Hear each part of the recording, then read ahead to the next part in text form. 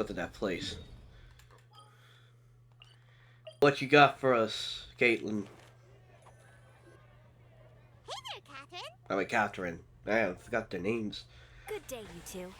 It's nice to see you here at this festive time. So, got any jobs for us? I'm afraid I'd struggle to find you any commissions in the near future.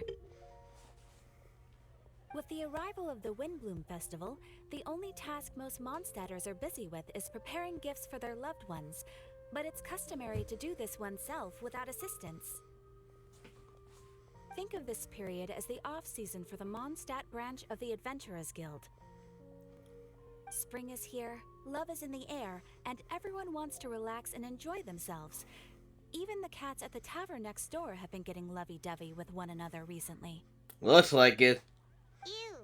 Gross. You know that feeling you get when you burst out the doors after a nice nap, hoping to make it to the store before the limited edition drinks sell out, only to get there just in time to see the last 2 glasses snatched away right from under your nose by a couple of pesky lovebirds? That's what this feels like. That's very particular of you, Paimon. Yeah, that is.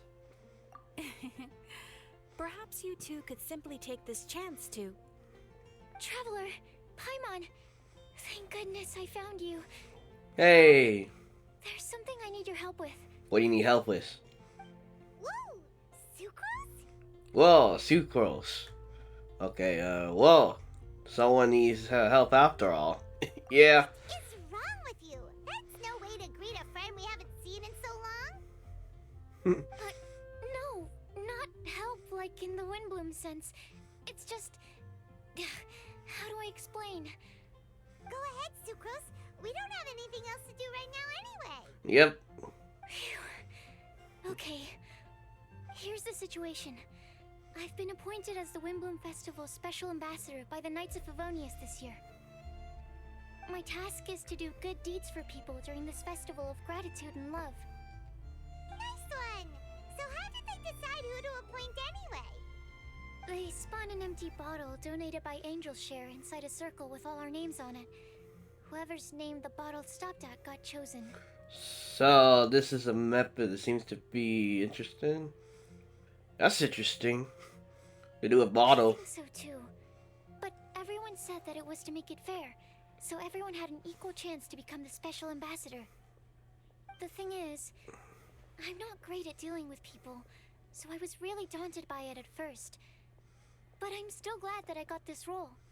Okay. Luckily, I came up with a way to spur myself on, which has helped. Have a look. Ooh. Is that a test tube? Yep, every time I do a good deed for someone, I get them to breathe into a test tube. That way, I can collect everyone's breaths of joy. Okay. Sounds fascinating. Are you gonna use them in your research? Yeah, that sounds kind of weird to do. Yes. Okay. I believe these breaths of joy will serve as valuable raw materials for alchemical transmutation. With any luck, I'll be able to produce something truly miraculous. Like the extra sweet flowers. Darn, now Paimon's hungry. Wait, you're doing this on purpose, aren't you? Actually, I meant something even more exciting than that. I can't say for sure until I have more test results to confirm my hypothesis, though. Alchemists anyway, Oh fuck. I'm still missing one final breath of joy. What is that? Oh, is that all you need help with? That's easy. Just treat Paimon to a sweet madame. Then you'll get your last breath of joy. Why am I be serious? she just want more food. Hey, come on! Paimon's doing her best to help, okay? So, does it need to be more like official or ceremonious or something? No, joy isn't measured in those terms at all. Yep.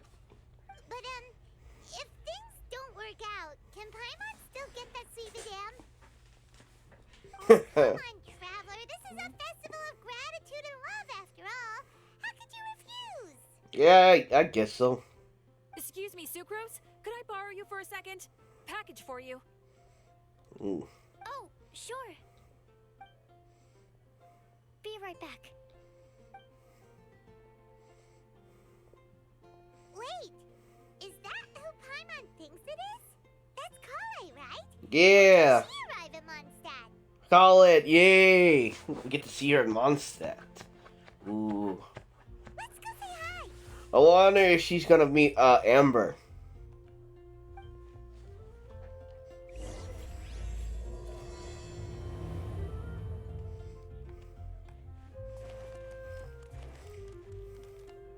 Golly. Kale, hey! Oh, hey you guys. What are the chances? You were staring into space just now. Something the matter?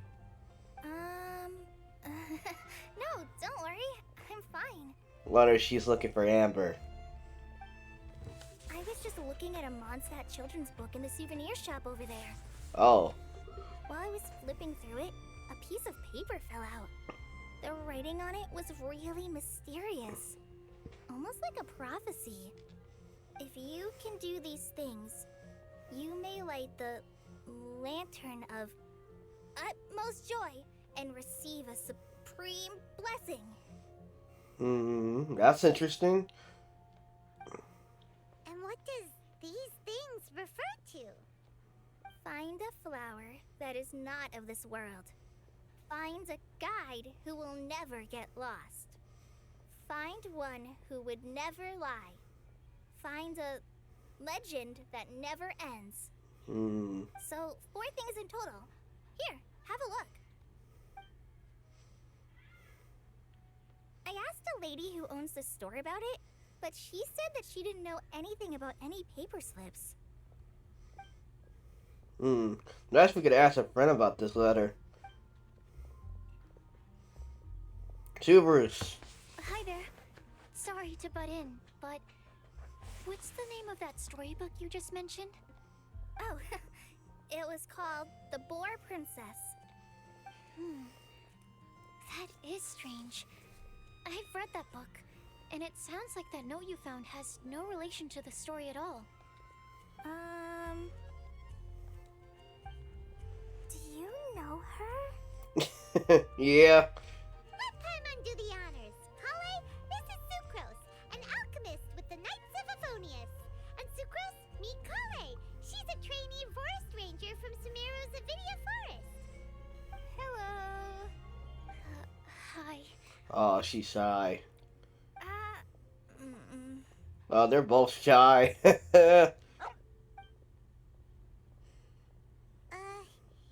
is getting awkward fast. They're both so shy. Yeah. So, Sucrose, what are your thoughts on this prophecy? Could it be real? Without having done any research, I couldn't comment definitively. But if you want my subjective opinion, I don't think that it's a nasty prank or anything. Why not? The only people who read children's books are those with a childlike wonder and imagination. Or children, of course. I'm sure that whoever put this prophecy there would understand that. Would they really do this just to spread lies and ruin someone's innocence? I can't imagine anyone being so cruel. That's a great take. I love it. Exactly. Who would want to hurt a child's feelings? Okay, so what do you think the blessing is, Sucrose? You're not sure? If I had to guess, maybe a fairy that can make people's wishes come true or something? I haven't read many fairy tales, so this is pure speculation. With no other information on hand or prior research to compare against, I'm afraid it might not even be worth considering. Wow! Her guesswork is really good, though. I want to pick her brain some more. Ooh. Wait, hold on. Ooh. Hopefully they start being friends. But she finds it annoying if I keep asking her questions. Oh, now she's worried. We've only just met after all. What's the best thing Okay. Would you like to get the lantern of the utmost joy? Well, yes. I mean, if possible. Then, what would you wish for, Kale? I'd wish for a better personality. Uh-huh. Huh? That's new. You can't waste it on that. You've got a great personality already. That's very kind of you. But if you know me like I do... Kale! Oh yeah, Ember! Finally! I know that voice. It's... Yeah, they get to meet! Kale! Whew. You made good time, huh? You're way earlier than I expected. I spotted your green hair way off in the distance. Good thing my eyes are sharp, or I'd have missed you. Amber! Have you been doing well?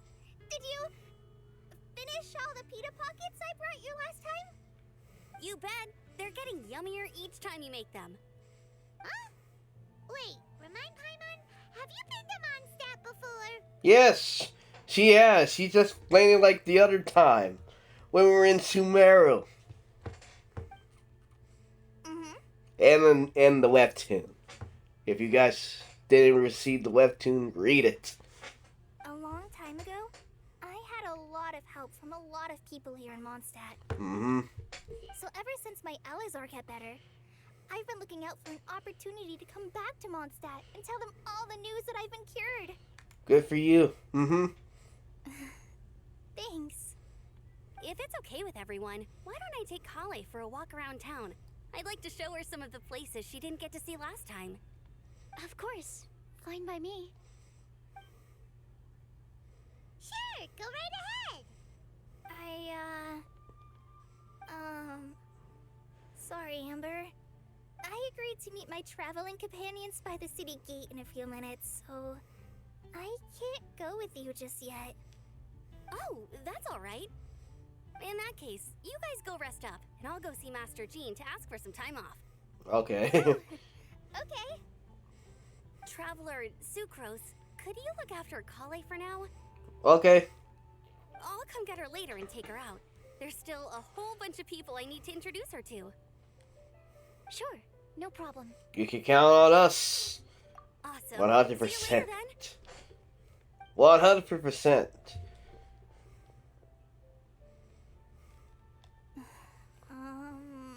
What happened now? You alright there, Kale?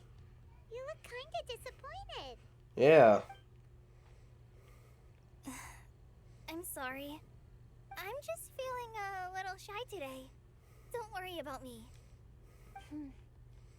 Amber wants to introduce me to more of her friends. Am I gonna be able to cope? I've only met Sucrose so far, and I'm already struggling to make conversation. I wish I had a little more self-confidence. Then I'd find it much easier to make friends with people. It's nearly time! Let's go to the gate and see if they've arrived. Well, I wonder it's them, Tainari and Sino.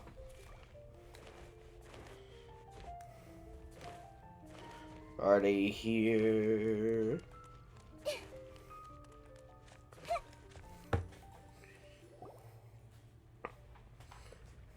Oh, they're here. Sino. Why is this humble windmill such a great view? I mean, it's understandable. It must have been a long time since you last came to Mondstadt. Oh yeah, he actually did. I forgot. Because it is the true Great Vayu Viastra. Tainari. Oh, come on. Don't tell me you don't get it. View, Vayu, and also Mahamatra, Vayu Viastra. No? Oh, Tainari, Sino, over here!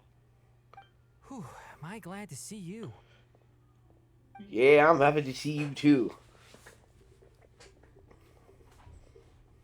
And who's this young lady? Master, this is Sucrose, an alchemist with the Knights of Favonius. We just met. See, Chris? This is my teacher, Tainari. He's a highly respected forest watcher in Sumeru, and he's also a very famous botanist. Kale's exaggerating. I'm Tainari. Pleased to meet you. So you have a teacher as well. The pleasure is all mine, Tainari, sir. Yep, he's extremely knowledgeable too. And this is General Mahamatra Sino of the Sumeru Academia. He's really famous in Sumeru as well. Greetings. Though if I might say so, we're purely here for personal reasons. You needn't be unduly concerned with our official positions. That just sounds like him. And Kale, there's no need to use my full title. Sino is fine. Or sir, if you absolutely must. Indeed. We're not here in an official capacity, just to keep Kale company on her vacation. Keep me company? But it was you two that insisted on coming. Kale is very important to us. We felt obliged to ensure her safety on the long, treacherous journey to Mondstadt. Yeah, I'm happy that they're worried about her. But I've been here on my own loads of times before. Treating her like a kid. What about your work, though? What if something bad happens while the General Mahamatra's away? There should be no issues. I have left my duties in the hands of my subordinates, and 2 especially reliable helpers. Oh, Sucrose. What were you saying about you having a teacher as well? Albedo. I was just going to mention that I think we're in a somewhat similar situation. I'm an assistant to Mr. Albedo, Mondstadt's genius alchemist. Oh, please, Sucrose. What? Genius is an unnecessary epithet. It will serve only to leave an exaggerated impression of me in the minds of our guests. Where the heck he came from? Mr. Albedo, but it is an objective truth. Hey, Albedo's here too! Great! The more the merrier!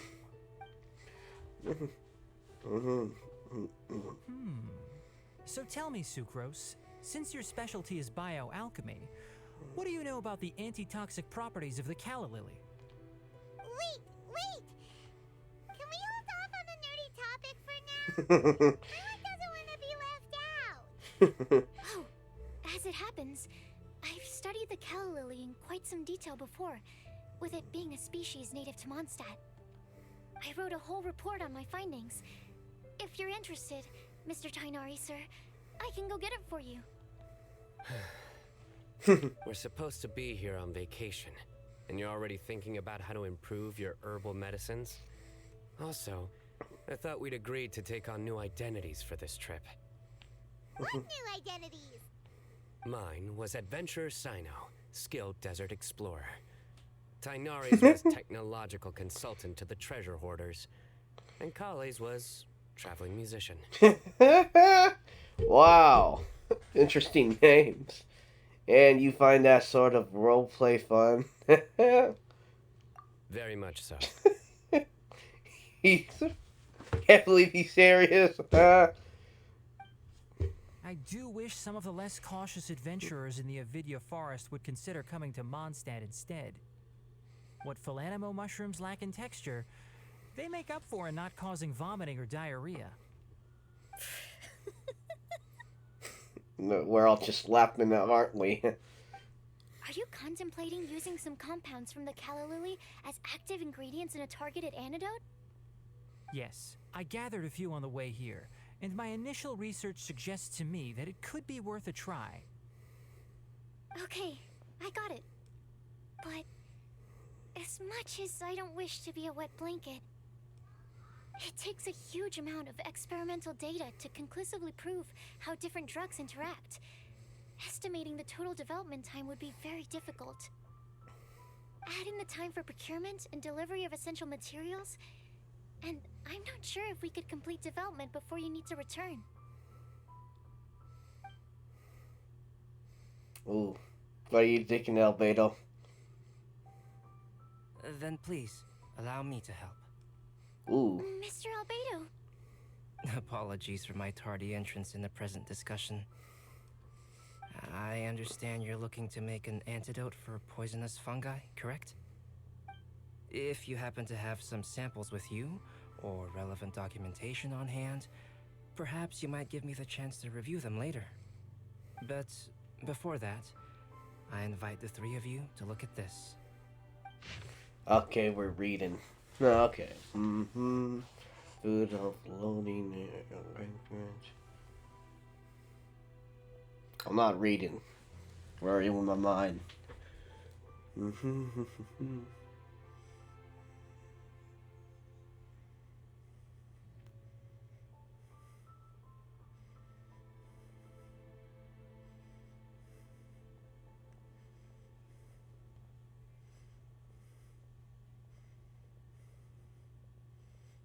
Okay.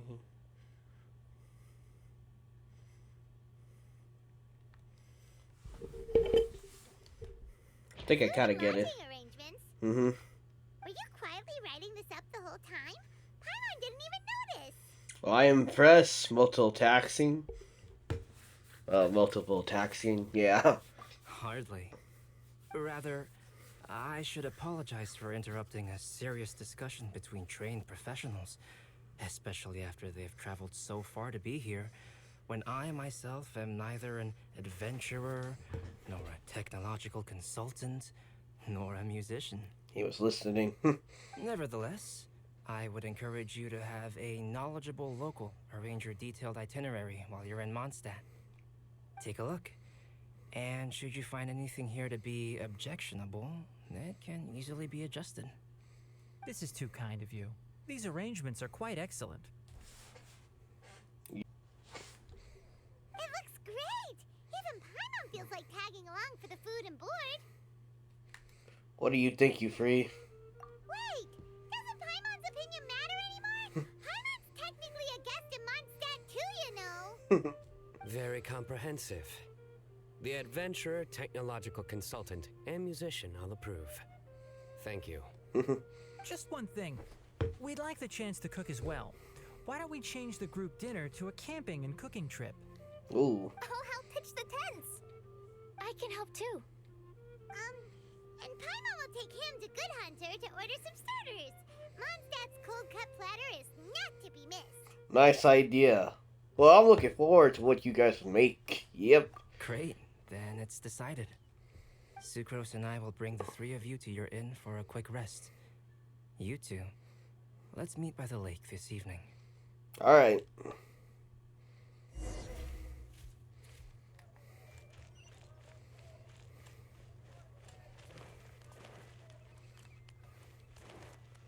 Let's go get some food. There will definitely be something that catches your eye. Hey, Sarah, can we have a cold cut platter to go? Sure, coming right up. Would you like anything else? Do we, want anything else? That'll be all. We must one sweet. Oh, might as well get her one. Yay! So you do remember after all. You're just the best. Paimon will give you the sweet flower from that sweet madame as a Windblume. Just don't ruin your appetite for later, Paimon.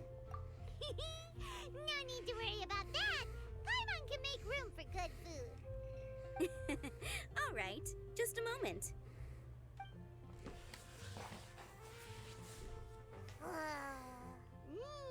That was great. If that was a Windblume treat, then Paimon wishes it could be the Windblume Festival every day.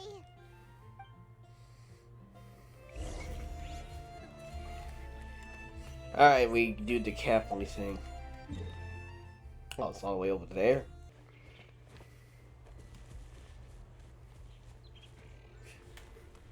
Okay, there they are. All right, looks like we're all here. Well, then now it's daytime now. Not at all. We just came early to set everything up, since we happen to be free today.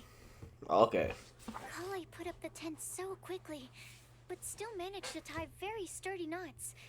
You can really tell that she's a professional. Yep. Didn't do much apart from passing materials around. Thanks. It It's all thanks to Master and Sino. They taught me everything I know. What can I say? For a skilled adventurer, this is just another day on the job. He's doing the role play. Are you quite finished? Or are you going to sing each other's praises till the moon rises? Come on, let's all sit down.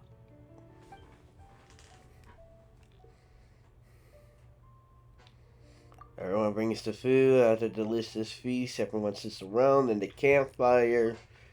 That sunshine sprat was really very good.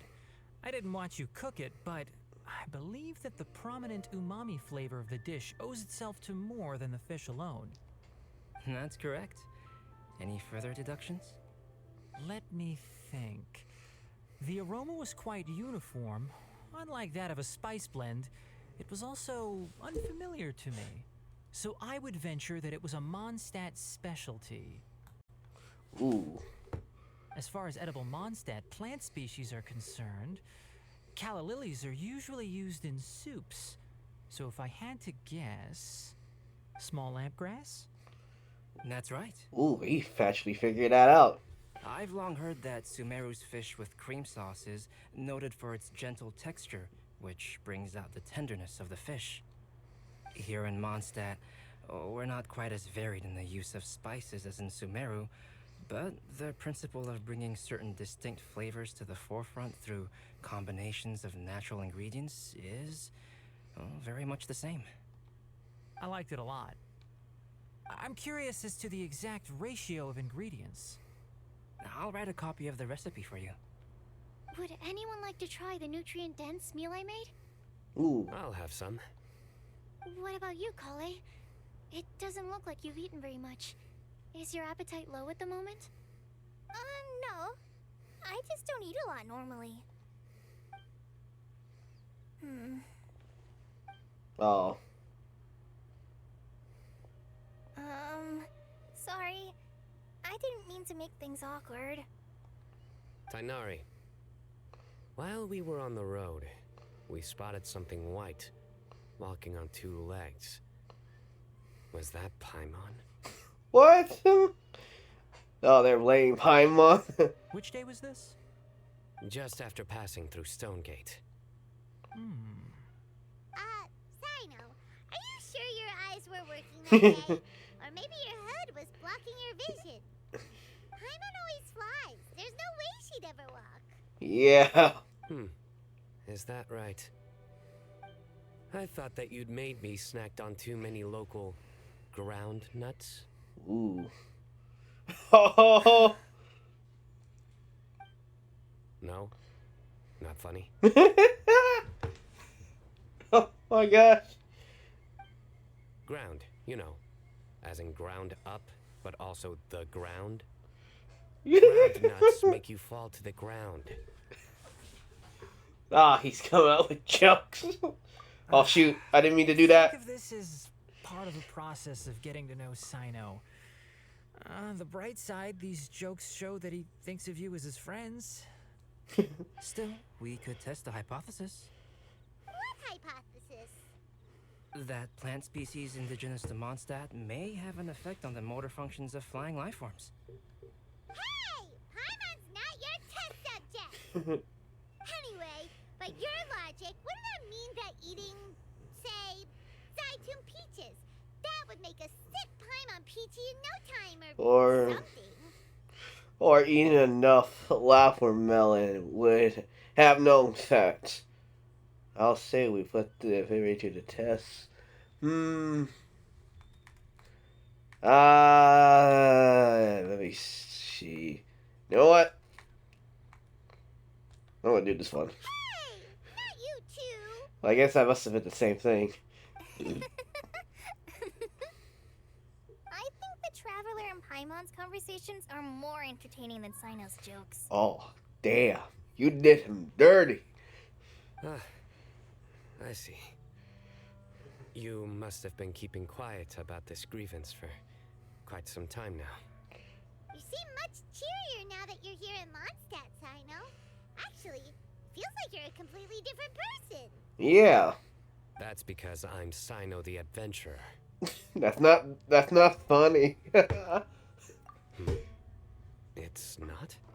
Nope. At least he's trying. In fairness, you only saw him in his work mode while you were in Sumeru. He's actually like this most of the time when he's in a good mood. Oh, really? Yep, it's true. Sometimes when he's eating, he'll grumble about how the bowl is too shallow for the amount of food it contains and other random stuff like that. I understand. Then allow me to reintroduce myself. Before, you knew me as General Mahamatra Sino. Now, please see me as Sino the Adventurer. What are that supposed to be a joke?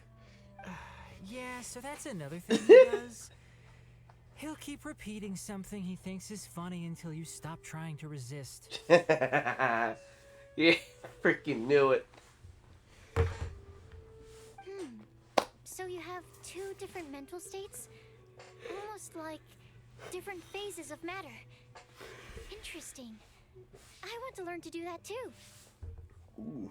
I think in your case, the two states we would end up with would be highly conscientious sucrose and stupefied sucrose. Oh.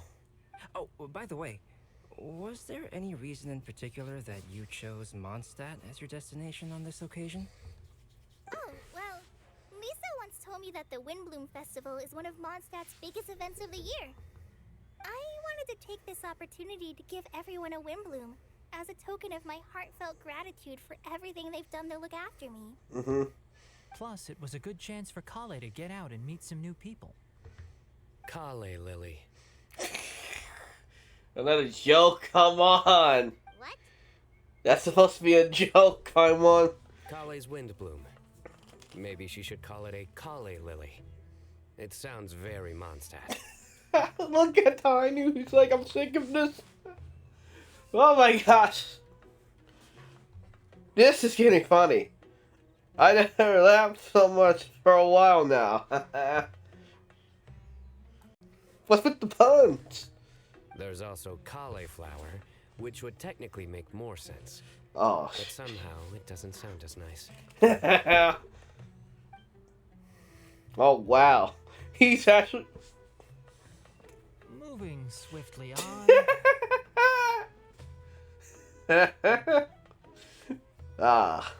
I gotta do a video on the joke stuff. I have to do some kind of TikTok here. Wow, he just completely ignored the joke and carried on the conversation. Yeah. Guess sometimes that's the only way forward. Sumeru's been through some major changes recently, and things at work have only just started to calm down. I don't get many opportunities to take a vacation, and this was a chance to join Kale on her trip while also learning a few things about Mondstadt's flora and fauna that I'll be able to pass on to my peers and students on my return. Two birds with one stone. Mm-hmm. How about you, Sino? I came to ensure Kale's safety. That's just an excuse. Plain and simple. Also, there's the matter of a Genius Invocation TCG custom-made card back. Ooh. Aha! So you did have an ulterior motive. Have you all played Genius Invocation TCG before? I have. But I still have to do a video on it. I forgot to do a video on it. So I'll do that probably sooner or later. And that is why I am proud to call you my friend. Ooh. When I first began contemplating getting a new card back, I asked around before eventually deciding to ask the legendary Mr. Kaltz for guidance. A friend of mine, Sawada, whom I played cards with on occasion, had been to Inazuma for the Irodori festival. Ooh. He told me that Kaltz was a Mondstadter, so I should try my luck there. Calx? Isn't that... You mean, he's a friend of yours? I see. So, you came to Mondstadt in search of Calx. No, that is inaccurate. I came here principally to protect Kale. You most certainly did not. Kale's been here on the quiet numerous times, and this is the first time you felt the need to join. Not only me, same applies to you too, doesn't it? If my writer friend were here now. I'm sure he would describe this curious coincidence as having the makings of a good story. It's always a pleasure to meet a fan. Oh, here it comes. Ooh, well, fight. You mean you're Mr. Calx? Having my new friends address me by my pen name feels somewhat unusual. Please, just call me Albedo. Huh. So you're Calx. Sino's been talking about you non-stop recently. Oh. He's intent on getting you to design a bespoke card back for him. Ooh. You didn't have to say all that. I don't usually take private commissions, but I believe that we are friends now, all of us. Our conversations have been deep and interesting. And Sino, your passion for this game is indeed one of a kind. I can see it in your eyes. Obviously. And given that you've come all this way from Sumeru to see me, I'd be quite honored to take this commission. Wow, your teacher's so nice. Mm-hmm. I feel the same about yours. Well, they definitely have different personalities, Mm-hmm. but they're similar when it comes to their character. Yep. So, how much should I budget for the timeless masterpiece you will produce for me? Surely, timeless masterpiece is something of an overstatement. Any artwork fit to appear on the reverse of my card decks is by definition a timeless masterpiece, even if I do say so myself. Look at Tarnari's face. He's like, seriously? Don't mind him. These TCG nut jobs are all like this. Yeah. I see. So, this has an almost religious significance. Well, for starters, I'd like to hear a few more of your jokes. My jokes? You like them? Ooh, that's new. Never thought Albedo would like a joke. I do. Oh, I wonder if everyone's surprised by it. Really? I didn't see you laughing. Well, the joke's ability to induce laughter is a separate matter, but I certainly find them fun. If I might interrupt, does anyone else smell something strange? Oh, she... My nutritional meal! Oh, she forgot her food. Will it be okay? Should we go over and take a look too? Alright, hold on. Alright, let's hear everyone talk. Alright, Sino. So, a good joke is not necessarily required to make people laugh at them. Okay. Sayonara. Well, Albedo and Sucrose were delightful, but this was still an exhausting meal. I really can't blame him for the joke. Albedo. I'd be grateful if you could check on Sucrose. As for our new friends here, leave them to me. Alright, I'll leave it to you.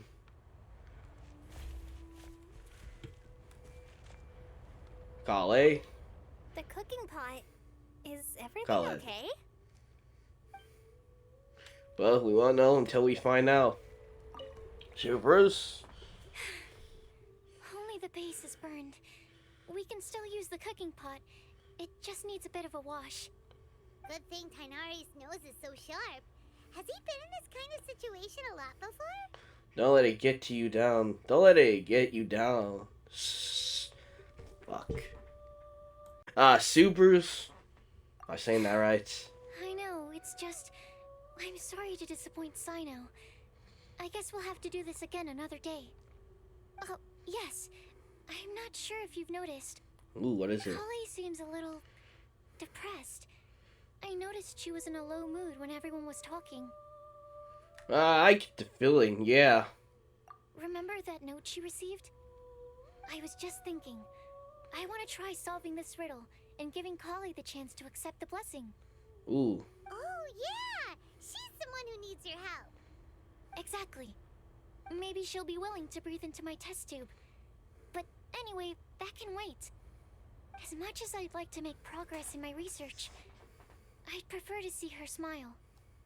All right, we'll help out too. Alright. Well, Then tell me, honestly, do you think that this prophecy is for real too? I know how I can find out. Uh-huh. Right. I'll be back shortly. Alright, let's meet at the alchemy crafting bench in the city. I've got some thinking to do in the meantime. Alright. We're back. Oh, what a shame. You just missed a joke about windmills. What? Stop, please. I don't need to hear it a fifth time. That bad, huh? Well, now Paimon really wants to hear it for some reason. Me too. Didn't you say you want to see the Dragon of the East at some point? When are you going? Where are you going? Tomorrow morning. And you? What are your plans? I'll go into the mountains to have a stroll and collect a few plants as samples. Oh, perhaps I could join you? I'll be looking for inspiration for these card back illustrations. Found you! Hey, it's them. Amber. I knew I was onto something as soon as I saw the fire. Man, I forgot her name. Wow, you have really sharp eyes. That's an outrider for you. Mm-hmm. Uh-oh. Did we break the fire safety rules or something? Actually, you didn't. Strictly speaking, you should have reported your plans first. But since two of our very own alchemists are here, I'm happy to look the other way. Yes, introductions. I'm Amber, and this is the Reconnaissance Company Captain Eula. A good Okay, friend of mine. Eula. Yay, Eula's here. Didn't expect her to Good be evening. here. You are friends of Kale, yes? Mm-hmm. A pleasure to meet you. Oh, Amber and Eula. The pleasure is ours. I've heard a lot about both of you from Kale. Oh, really? All positive, I hope. You asked that last time, too. Of course it was positive. I'd say. We hear the latest news about you every time you write to Kale. Mm-hmm. Glad to know we've made a good impression so far. Anyway, we're just here to collect Kale, so don't let us interrupt your chat. Come on, Kale. We're gonna take you to check out a few scenic spots. Okay, great. She's going. Still as high energy as always. You know Amber? Yep. Yes, we've met. She's Kale's most important friend. And for that, we are also very grateful to her. That's Amber for you. Her outgoing personality means she can make friends with just about anybody. It's getting late, and we still have a lot lined up tomorrow. I suggest we all head back and get some rest. Yeah, we should prepare our energy. Mm-hmm. All right, I'll start packing up.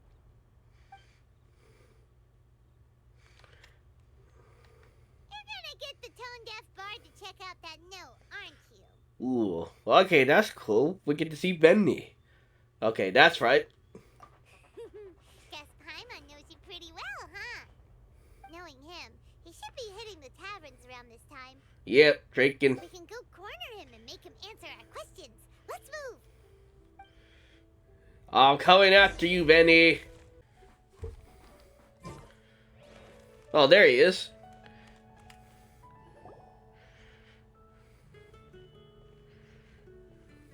Oh, it's been a while. Paimon called it. Tone-deaf bard drinking as usual. Put your drink down and get your game face on. We've got some important questions for you, mister. Okay. So, what do you make of it? Yeah, and he dots. Aren't you forgetting something? It's the Windblume Festival right now. You can't just go around asking people for help so blatantly. As I expected. Well, if you won't tell us the answer, could you at least tell us if this thing's worth a shot? Sounds to me like you want a hint or two. Mm-hmm. And a bless of two boosts. A fine answer. The person who wrote this prophecy is very powerful. If you manage to solve the riddle, good things are sure to happen. Also, I happen to know where this lantern is. Ooh, where?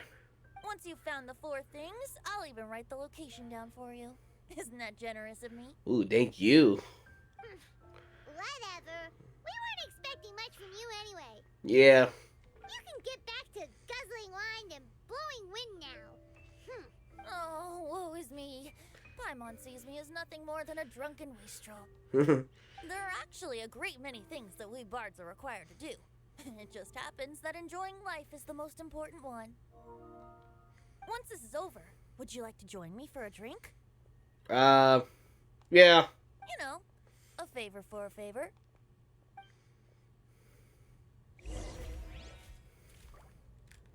Alright, let's hear him out.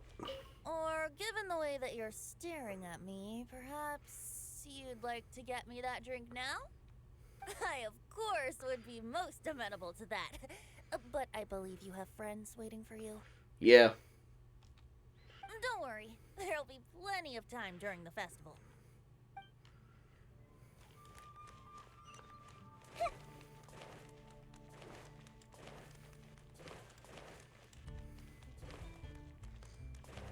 I see verse.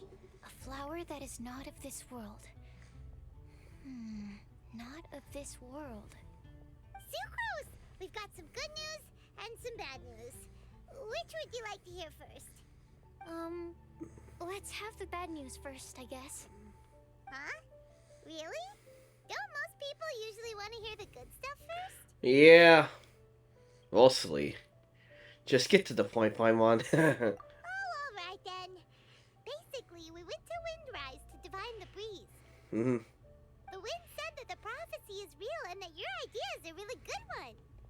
That doesn't sound like bad news. So what's the real bad news then? Paimon ate the bad news.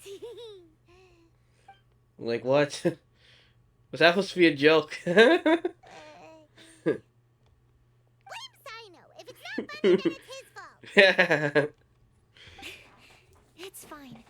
Well, that puts my mind at rest. Now, back to the other issue I've been mulling over. I was thinking about the flower that is not of this world. It could mean a human-cultivated variety that doesn't occur in nature. But that's basically claiming that it doesn't come from this world in the first place, when actually it's just a variant of an existing breed.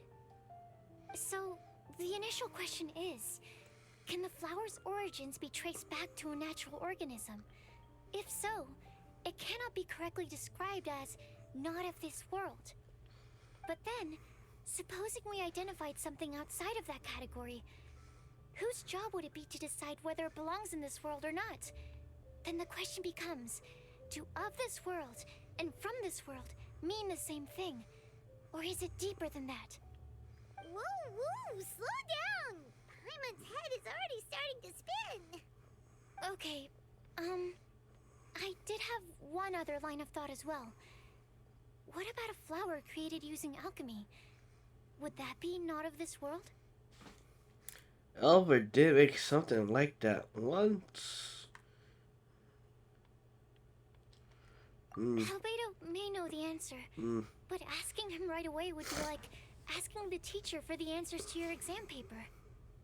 It would render our search for the truth meaningless. I'd rather try and figure this out for myself. Could it be the Windblume? Oh, now that you mention it, that's definitely a possibility. The Windblume doesn't refer to a specific flower. Everyone defines what it means for themselves. In which case, the Windblume doesn't exist in reality. This does seem like a promising direction. I've made a note. Okay, I better go read up on this. Yay! Paimon was actually useful this time! Guess we have that sweet madame to thank, huh? Even a broken clock is right twice a day. I'll need some time to prepare. Could we meet up here in, say, 2 days' time? Alright. Sure thing. In the meantime, we'll also think about the other 3 riddles in the prophecy. But, since we're really going for this now, shouldn't we say something to Kale about it? I originally wanted to leave it as a surprise for her, and I also didn't want to get her hopes up over nothing. But you're right, Paimon. I'll need to be careful how I word it. But I'll try to find some time over the next couple days to mention it to her. Understand? Understand. Alright. Thanks so much.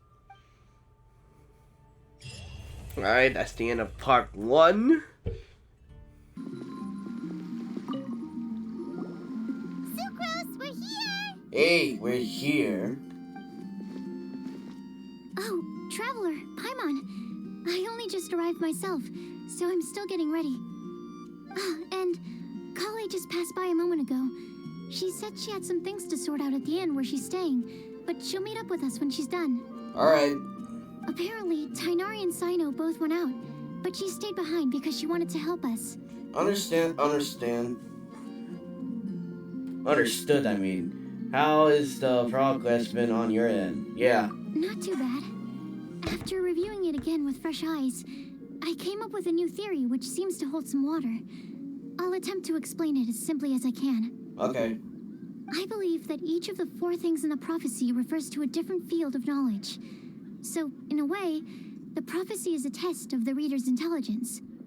But it's unlikely for any one person to have expertise in all these different areas.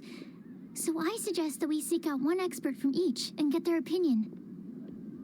Also, in 2 out of the 4 areas, the prophecy seems to want us to find specific people. It may even turn out that the people themselves are the answers. Really? So it sounds like we should put our heads together and list out the people who can help us. Exactly. I think we can go through each riddle in turn and generate 4 groups of names to match the 4 questions. Okay, that makes sense. Alright, then let's start from group 1. The first riddle was, a flower that is not of this world. Personally, I would still go with Albedo for this one. Alchemy is the most likely to have to do with otherworldly things, and he is by far the leading expert in this regard. You can count as a expert too, you know. Really? Exactly! You're the creator of the tetratanic sweet flower. Who knows? Maybe that's the flower we're looking for. Huh? You really think so? Aw, she's flushing. Oh, but what about Tighnari? He's a forest watcher and knows all about plants. If it's a flower we're looking for, maybe he's the man for the job. Yeah. All right. I'll add him to the list as well. On to group 2. This subject is a guide who will never get lost. Never get lost. That's kind of abstract. Does it just mean someone who never loses their way? Wait, but they have to be able to guide others too. So it's not quite as simple as that. Russian. I forgot the word. Astrology, then? Oh, you mean Mona? Yeah, she definitely counts. Yeah, I want to see Mona. Mona. Yes, she certainly seems very confident, and she can use her astrology to guide people. Would Bennett count? What? Wait, huh? Why him? Wait, why would Bennett count? Well, his luck's so bad that as long as you go in the opposite direction from him, you'll always be going the right way, right? I see. I suppose I can't argue with that logic. Add him to the list. Finding everyone won't take long, so one extra person won't hurt. I know. Would Outrider Amber be a valid candidate for this category as well? Yeah, she would! She's got a great sense of direction after all. As a matter of fact, when the Traveler and Paimon first came to Mondstadt, she was actually the one who gave us directions. Yeah, that's true. Yes, she's certainly a good guide. Is there anyone else? Let me think. Yes, I believe there may be one more. Albedo once made a set of equipment for Mika from the reconnaissance company. He's their surveyor and an exceptional pathfinder. He's even instructed others in the discipline of surveying before. So, in my view, he's highly unlikely to lose his way and would be very good at helping others find theirs. Cool! Another one for our list! Wait, Kale should have been here by now. Wonder what's taking her so long. Sorry, could we continue our chat somewhere else? Okay. Oh, you wanna go see how she's doing, right? Sure, let's all go. Alright, part 2. Alright, Kale, where are you at? Am I going the right way? Okay. Believe in time.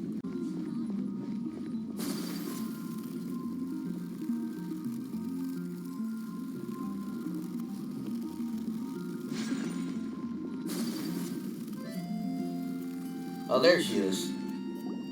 Hi, Collie. Hope we're not intruding or anything. Is everything okay? Sucrose! I was preparing some stuff. Is it time already? Oh no, I'm sorry. Molly seems to be wrapping a gift. Now she's frustrating the time to hide is. Wonder who he's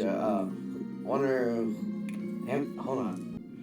Molly seems to be wrapping a gift and now she's Frankie calling trying to hide it. I wonder who was there for. Yeah, I wonder who's giving the gift for. Don't worry. The Traveler and I only just met up. We were just worried that you might get lost along the way, so we thought that we'd come get you. Thank you. I'm ready to join you now. How's that thing going? Tell them about the Riddlers and all that stuff. So let's pick up where we left off. Next up is the third line. One who would never lie. Anyone spring to mind? Maybe do Luke. You really think so? Seems like it would be pretty difficult for someone in his position to avoid having to lie. Oh yes, his secret of Eagle, the Dark Knight hero. Oh yeah, that Dark Knight hero thing. It must be denying it if anyone acts, and that's an issue. Yeah. Then what about Kaya? He's the cavalry captain and a rather popular figure, but... You think there's something fishy about him too, huh? Yeah, he's definitely a sneaky one. Bet he lies all the time. I can't help but agree with you there. Yeah, that does suit There's him. the tone-deaf bard. But on second thought, he wouldn't qualify either. He talks way too much nonsense. Is there anyone else we're missing? Acting Grandmaster Jean? She has a good name in that regard, but from what I know, she sometimes covers up the truth out of concern for those around her. For example, when Lisa loses track of time in the library and misses her patrol shift, Jean will come up with some excuse, like Lisa's ill today. Also, she sometimes makes up stories to get Clee to behave, like the one about the big monster that comes to catch naughty kids who don't go to bed on time. That sounds like Do you think that rules her out? That might. But that just sounds like a parent would do. White lies are still lies, but do we really have to reject her because of some harmless fibs? It's not like she had evil intentions. This is probably seem very restricted. Yeah, well, especially if you're dealing with kids. No, we're the ones being strict.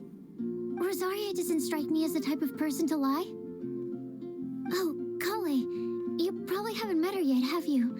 She's a sister from the church who looks, a little scary and not very sociable. What gives you that impression? She stopped by the alchemy bench once, a long time ago, and asked me about Albedo. I thought maybe she was trying to find him, for work or something. But when I asked, she just said that she was curious about him because he was so intelligent, and wanted to talk to his assistant to find out what he was like. A lot of people might have given a more tactful justification, but I could see in her face that she wasn't trying to hide anything. She was just very direct and straightforward. That's why I don't think of her as the lying type. Rosaria doesn't look like the sort of person you'd want to get into a fight with. Maybe she just fights her way out of situations that some people might lie to get out of. I can definitely see that. I've also heard the other sisters say that Rosaria doesn't even make excuses when she skips choir. She just doesn't show up. She's a tough cookie, huh? Let's put her name down. In that case, I think Sino fits in this list too. Ah, true. Lying's probably more trouble than it's worth for someone like him. Kinda like with Rosaria. Oh, and Paimon also nominates Razor, but he couldn't lie to save his life. I've also got someone else in mind. Noelle, the trainee knight. She's a very honest person. I don't think she'd tell a lie. Noelle. Interesting. Alrighty, write her name down too. Wait, there's one more person. You know, our long-standing staffer at the alchemy bench. Huh? You mean Timaeus? Timaeus. Yes, him. Truth be told, he's been love-struck recently. Love-struck? He swore that he wouldn't say a dishonest word or slack off until he succeeds in getting the woman he loves. Ooh. Timaeus has a crush? Yes, that's right. Well, who is it? Do you know her? I've never met her. All I know is that she's from Liyue. Timaeus says that she's fun, has a great personality, and is very, very good looking. From Blue Lane? All great qualities about her. That's to say nothing about her identity. Yeah, that's true. He's from Liyue. Wonder that girl that we might saw. We won't know until we see. Since we're on the topic, helping Timaeus win the lady of his dreams was also one of my goals for this Windblume festival. But how can we help with that? I don't know. Make sure he uses nice paper and a fancy envelope when he sends letters to her. Help him pick a nice gift and wrap it properly. That sort of thing. Yeah. I had the same situation once in the Avidia Forest. I helped another forest ranger out by delivering a love letter to the coworker she likes. Yep, that sort of thing exactly. Oh, also, I helped him with some of the groundwork for one of his research projects. He must have appreciated it, because he gave me a refrigeration device that he's been developing as a thank you gift. Is it any good? I mean, it looks nice. Sounds like a no. Yeah. Alright, guess we'll put Loverboy down on the list then. Okay, so last of all, we have a legend that never ends. Anyone come to mind for this particular line? Anyone that comes to mind. Wait, okay, the last one. A legend that never ends? What does this mean? Lisa, perhaps? A librarian understands books best, and aren't most legends written down somewhere? Not necessary, but you have a point. When I think about legends, fairy tales and picture books come to mind. Maybe Kale. She read a lot of fairy tales when Tainari was teaching her to read. Oh, Do I count? of course you do. I'll put you on the list. Are you elite for this one, Supers? I prefer to read things like an illustrated analysis of alchemical substances and their uses, the fascinating principles of crafting, and hypotheses of life. Wait, would Cleve being in this? She must have heard some stories, too. Point taken. Paimon didn't quite understand any of those. Klee might be a good choice. Her mother, Alice, is a renowned traveling author, so I'll bet she's been exposed to all sorts of myths and legends. Oh yeah, I forgot about that. That's true. Alright then, Klee makes the short list. Well, that should just about do it. Next up, we should go and ask the people on the list about the prophecy. Prophecy. Do we have to ask absolutely everyone on the list? It seems like a lot of people. Yeah. It is. So, I was thinking that perhaps we should split up. That might make our search more effective. Okie dokie. Also, I've thought of a method of gathering feedback. No problem. We can do that. You and the Traveler are practically joined at the hip, so you two can go together. I'll pair up with Kale. Ooh, okay. Capable Kali and sensible sucrose. Sounds like a winning combination. Okay, I promise I'll help. Capable Kali. Yeah, I got this. Rest assured that the unbeatable Traveler and Paimon will do our part too. Off we go. Yay!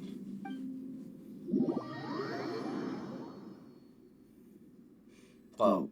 I plan on starting from the person with the most defined stronghold. So let's go to the library. Lisa should be there. Stronghold. That's an, interesting word to use. Yeah. Maybe den? No, that's even worse. How about layer? Layer. Oh, we're playing as dumb? Okay.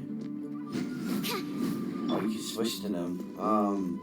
Alright, we're going to the library. Here we are. Lisa's lair. Oh no. That was a bad word choice. Now Sucrose is using it. It's all my fault.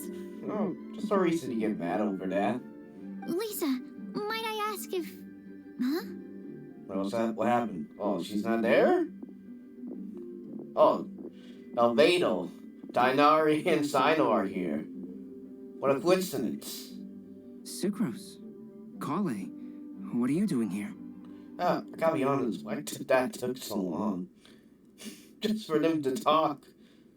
I can only sucrose that they were Kale-ing on someone. At least that's as far as I know. Are you trying to do a joke? Oh, please, just stop it with these puns. I beg you. Are you trying to win worldwide fame for unfunny jokes? I can't play Dinari. Is Lisa not here at the moment? Surprising, isn't it? She went out.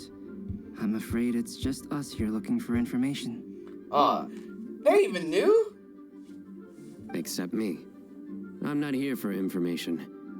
Like you, I came here for an abortive search for the librarian, who is also my academia senior. Oh yeah, we all know that. Oh, so you studied in the same darshan as Lisa? That's right. Her mentor in Sumeru was also my benefactor. We were both Spontamod students. Wow, that's cool. But wait, we're getting sidetracked. We came here to look for some information. Kale and I are investigating a prophecy, and we were hoping you all might be able to help. Oh? What sort of prophecy?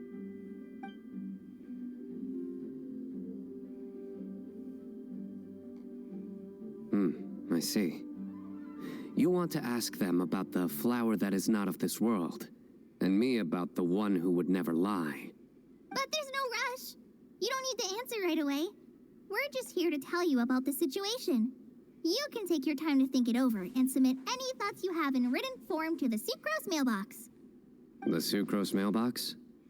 Yep. I was thinking about it on the way. And although they seem like trick questions, there's a lot to mull over once you get down to the details. A quick answer off the top of your head might not go into enough depth. So, I decided to place a mailbox next to the alchemy crafting table. Everyone can submit their written answers there when they're ready. We don't have to call it the Sucrose mailbox, though. It could just as well be called the Sucrose and Kale mailbox. Or even the Sucrose, Kale, Traveler, and Paimon mailbox. I think in this case, we can just go with your quick answer off the top of your head. Sounds like a good solution. Certainly more reliable than verbal discussion alone. Agreed. Certainly when it comes to discerning whether someone is a liar or not, you cannot simply take them at their word. Understood. Once we've had a look into it, we'll place our replies into your mailbox. Thank you all so much. Okay, let's tick them off the list and carry on working our way down. Already done. Already done? That was fast.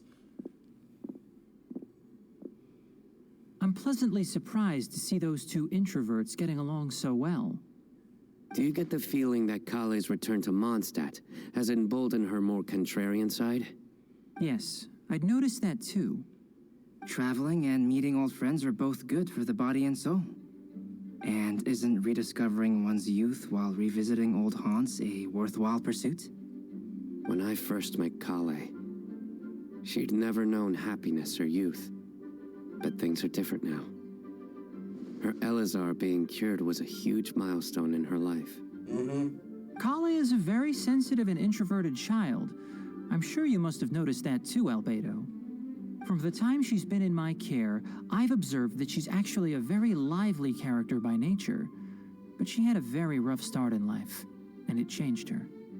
So, might I assume that your respective claims of looking for plants and artists in Mondstadt were just pretexts? I wouldn't say that. Both Kale and Genius Invocation TCG are very important to me. Would it really kill you to just say yes in this situation? Fine. Yes. We came out of concern for Kale. She's been back to Mondstadt of her own accord several times, but it has led to no significant improvement in her mood. Well, it won't hurt to give her some more time. I believe that Sucrose might be able to help her. Sounds like an extension of your own self-confidence as her teacher. You could say that. In a similar vein, I've heard that Sumeru scholars often build their social relationships based on their academic ones. Is that true? I suppose it might look like that from your perspective. Sumeru society is something of a special case. The reason it is known as the City of Learning is because all of its resources are in some way linked to academia. As such, academic resources equate to social capital.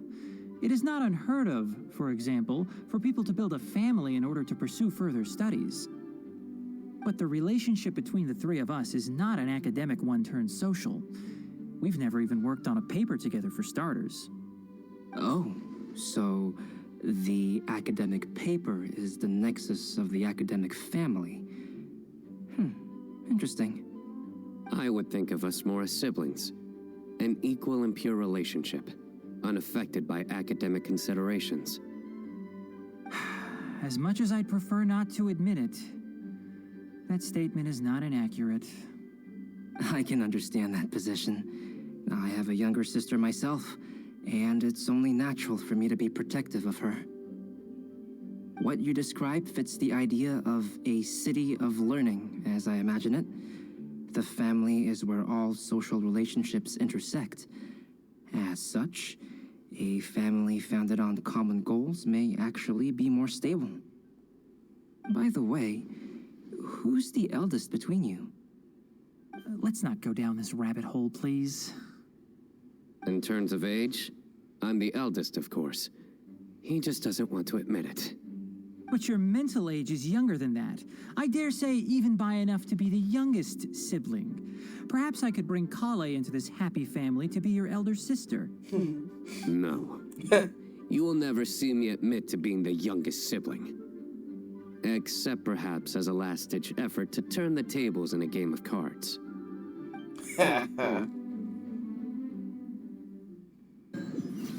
Alright, what about us? What do we do? Guess we'll leave Kale and Sucrose to it. Fingers crossed all goes well for them. Now then, where should we go first? Let's try our luck at the bulletin board, shall we? A lot of people tend to show up there at some point in the day. Maybe we'll get lucky. Alright. Let's go over there.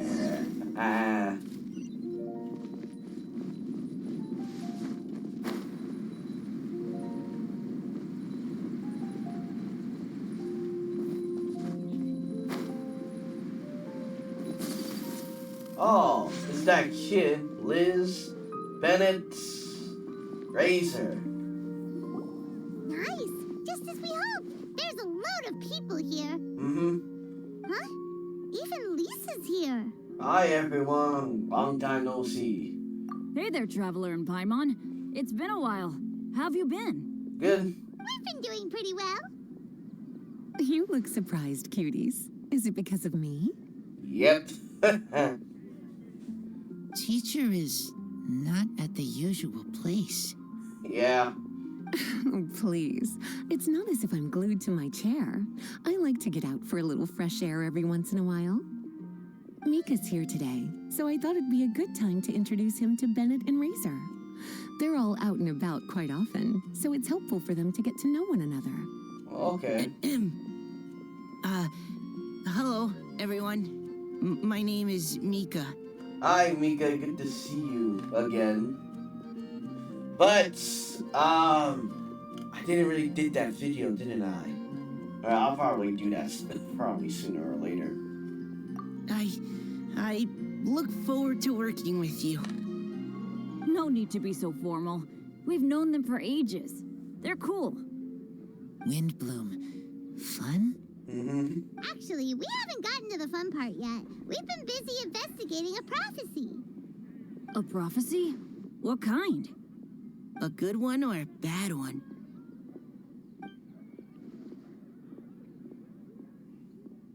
Gosh, that all sounds quite fascinating. I can't believe I made it onto your list of names. You really think I'll be able to help? Believe in yourself. Right. Believe in yourself. You're a first-rate adventurer, Bennett. Mm-hmm. Okay, then in that case, I'll step up and present my thoughts on the matter. Except I forgot I'm not really good at organizing my thoughts. Oops. Oh, there's no need to tell us all of your thoughts right here and now. Sakura said she'll put a mailbox next to the crafting bench, so you can just write down your thoughts when they come to you, and drop them there. A meticulous and efficient plan. Yep, that sounds like sucrose. I will think also. Give me some time. You still have other people on your list that you need to go see, right? We should leave you to it. Don't worry about us. We'll drop off our letters at the mailbox as soon as we're done. Okay, bye for now. Let's head over to Star Snatch Cliff next. Maybe we'll be able to find some people there. And even if we don't find any familiar faces, you can see really far from up at the top. Maybe we can find people that way. Alright. Oh, you're working so hard. Do be sure to get some rest when you can. If you get tired, you know you're always welcome to visit me for a break and a cup of tea.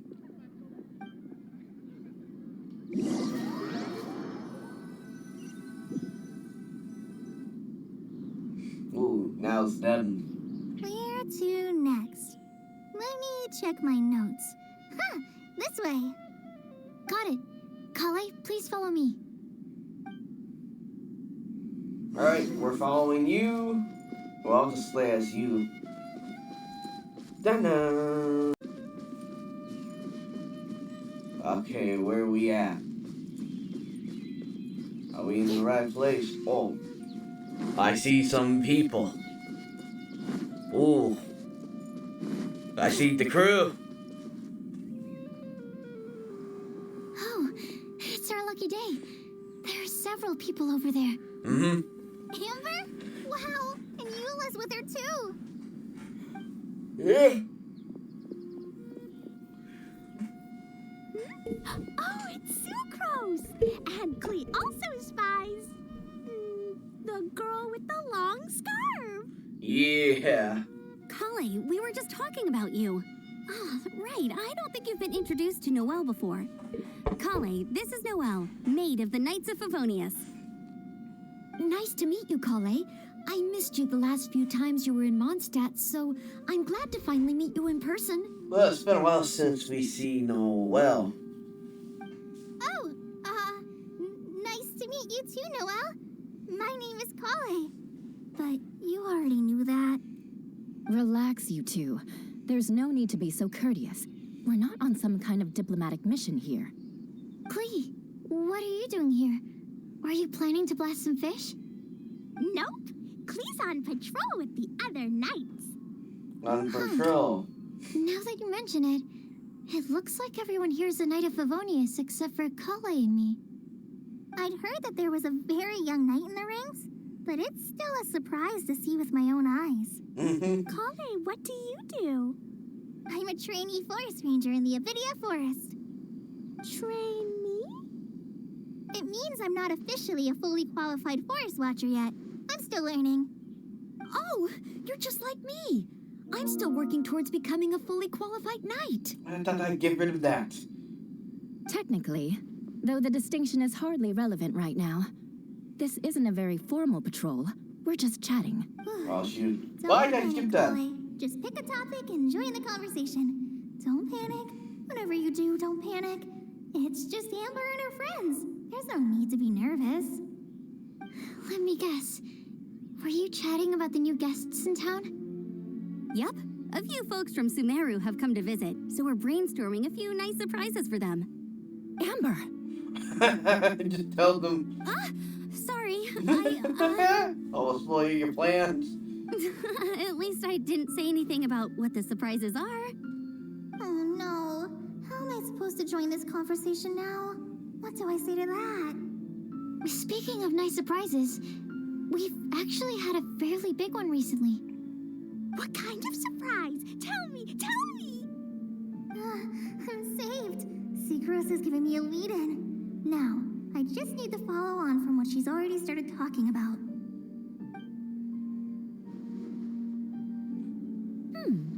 What an interesting prophecy. I have no idea what the answers could be, though. So essentially, you're gathering information to help you solve the riddles, correct? I'll do my best to help. Thank you so much, Eula. Anytime. There's no need to answer right away. We'll put a mailbox next to the crafting bench for people to drop us a note once they've thought of something.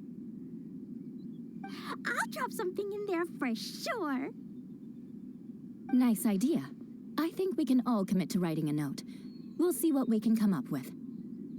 Yup, don't worry. You can count on us. But we do have to finish our patrol first. What route are you taking today? We started in the Stormbearer Mountains, and we'll end at the city gates. You'd be very welcome to join us, but it sounds like you're pretty busy with all this. Yeah, we're pretty busy to solve this riddle. No. There's always next time. We'll join up with you after we're done working through this prophecy. Oh, yeah. So, we'll be on our way for now. See you later. Have a safe trip back. We will.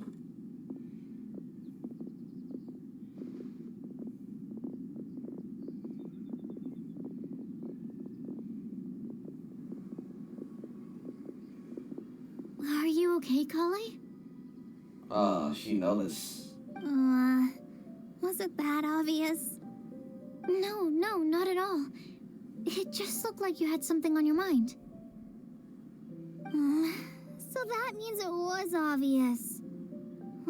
Whatever's bothering you, you can talk to me about it if you want. I'm happy to help. Thanks, Sucrose.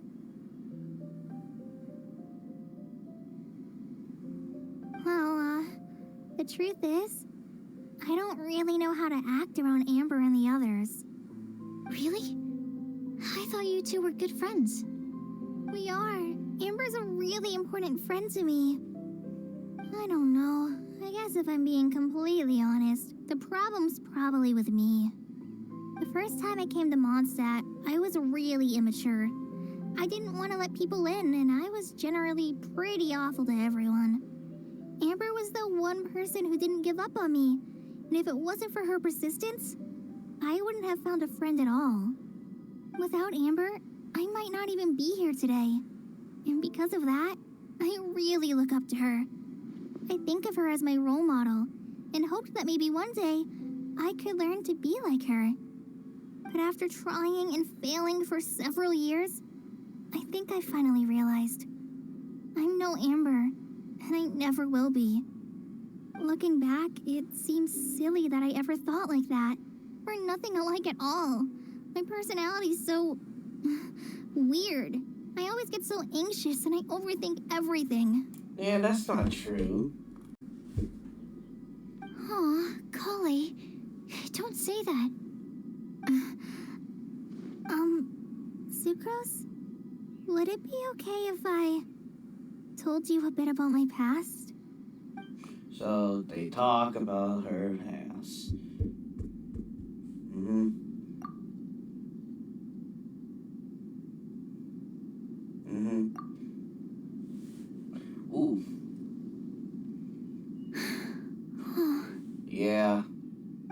already knew bits and pieces about her.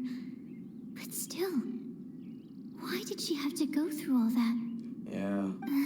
I'm sorry. We've only just met and I'm already dumping all of this on you. This is why I get so frustrated at myself. I'm always doing this. I get into a spiral of self-doubt, and then I end up having to find somewhere to vent it all out. No, it's fine. I'm really glad that you're willing to tell me all this. People don't open up about their deepest feelings unless they really trust the other person. Don't you think? At least, I think it's kind of an honor. And, I mean, you've probably noticed by now, but I don't have the best social skills either. I always just end up talking about the things I'm interested in, and going on and on. Yeah. But even so, you still listen to me when I talk my head off about alchemy. It's a relief to listen to you talking about yourself for once. Mm-hmm. Yeah, that's true. If you hadn't told me all of those things, I never would have guessed that you struggle so much. Honestly, I feel like we're very similar people. Really? Yeah. Everyone has their own problems to deal with. I certainly do. All the feelings that you talked about just now, I totally get it. It takes so much more effort for us introverts to fit into a crowd. Mm-hmm. When you were saying about how you try to think about what to say in advance, and you're constantly terrified of saying the wrong thing and making things awkward, I relate to that so much. Oh, and also that part about studying under a genius. In fact, before meeting you, I'd never met anyone who seemed so similar to myself. Oh. I'm not very good at giving words of comfort or anything, and I'm not gonna tell you to just get over it or stop worrying about it. How about we just sit here for a little while? We don't have to force a conversation if we can't think of anything. We can just sit here together. Ooh. Sucrose has stopped talking, but for some reason, this doesn't feel awkward at all. Maybe she's right, and we're more similar than I realized. In Sumeru, I always like to find a quiet place to just sit and watch the scenery, but it's always by myself. I never thought there'd be a day when I could do this with someone else by my side. Mondstadt's breeze is so gentle and soft. Hey, Kale. See that cloud over there? Doesn't it look like one of my test tubes? I don't think so. Sorry. Then maybe we're not quite on the same wavelength on everything. At least, not when it comes to looking at clouds in the sky. Thank you, Sucrose. I feel much better after talking to you. Yeah, it helps a lot, doesn't it? I also vent to my flasks sometimes. The next time I get the chance, I have to show you my Tetratanic Sweet Flower and my Tetratanic Windblume. Your Tetra... what? 2 of my favorite things I've made. They're really cool. I think you might like them. Oh, okay. Yeah, you'll definitely have to show them to me sometime. I brought some crackers with me. You want one? There's cheese flavor or tomato flavor. Wait, there's a tomato flavor? Sure. I'll try the cheese one. Aw, look! They're enjoying the scenery together. Oh, they're here. Shall we go play with them? No, it's fine. Let them sit for a while. We're not what Colleen needs right now. She needs a new friend. Someone different who's never met her before. I don't get it. Is there a difference? There is. You'll understand once you're a little older, Klee. People can draw different kinds of strength from different kinds of friends, And right now, Kali needs someone that's just not the same old me.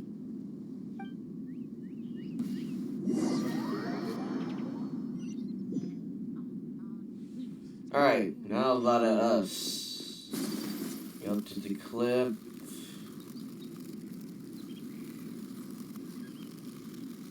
I was surprised we didn't see what are the characters yeah, never mind. Can't say the word.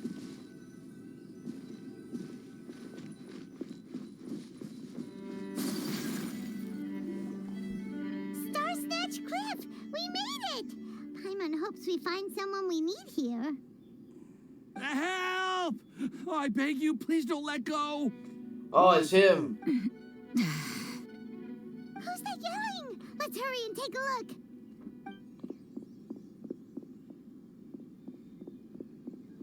Timaeus?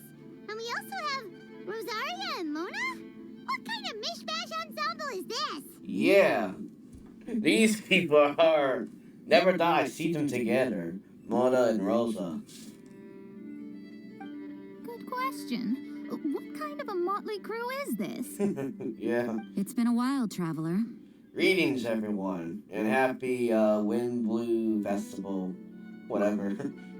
You two are looking pretty good. I trust you've been well. Yep. Yep, we're definitely faring a lot better than this poor guy on the ground. Yeah. Hey, please don't rub salt in my wound. I really have been trying my best. Oh, you're one to talk. If this sister hadn't grabbed you in time, then you would have been seriously hurt, if not dead. I know. I really am grateful, miss. I can't thank you enough. Don't mention it. Just lending a hand. Quite literally. And had she not lent him a hand and pulled him up, he would have gone tumbling down the cliffside. Yeah. What happened? Did Timaeus almost fall off the cliff? Well, so what actually happened was I came to Star Snatch Cliff today to pick some flowers and ran into Mona on the way. She took a look at her scry glass and advised me to turn back because it would be dangerous. But you still came up here anyway? Well, yes, I did, because there's something I just had to do. Oh, I hardly think giving flowers to your crush is worth throwing one's life away for. It's rare to run into someone with a death wish in this area. I don't have a death wish. I just didn't think it would really come true. I mean, when Mona said it would be dangerous, I thought I'd be fine as long as I watched my step cautiously. I'm sorry, okay? I was wrong. I'm telling you, I'm just here chasing the love of my life. Love-struck Mondstadters is what the Windblume Festival's all about. Okay, that explains you. But why is Rosaria here? I was looking for a quiet place to escape the crowds. I wasn't planning on having to save a life along the way. So that's why the scryglass just showed danger instead of fatal danger. Very funny. Anyway, Traveler and Paimon, what brings the two of you to Star Snatch Cliff? Just trying our luck. We've got a lot of people we need to see today, so we've been all over the place. Actually, you're some of the people we were looking for. Huh?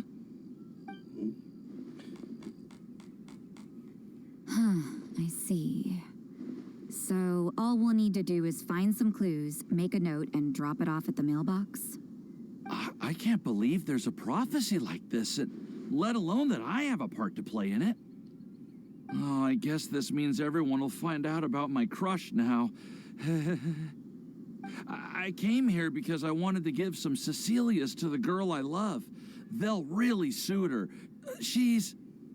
No one asked. Please, do not subject us to your gushing about your girlfriend. Oh, you saw right through me. You said you need clues, right? Well, in that case, Mona Magistus the astrologist will provide you with a personally handwritten letter. Just wait for it to show up in your mailbox. You can be on your way now. We won't keep you any longer. All right, then let's head back for now and meet up with everyone else.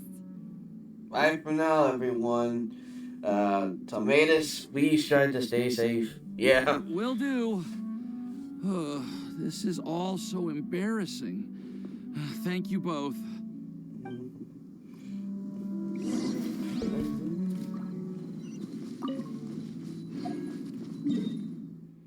Inusuba, okay.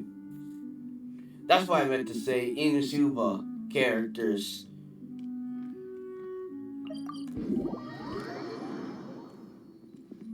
Like, how come we never see them? I know we see them like the other day, but I want still more of them.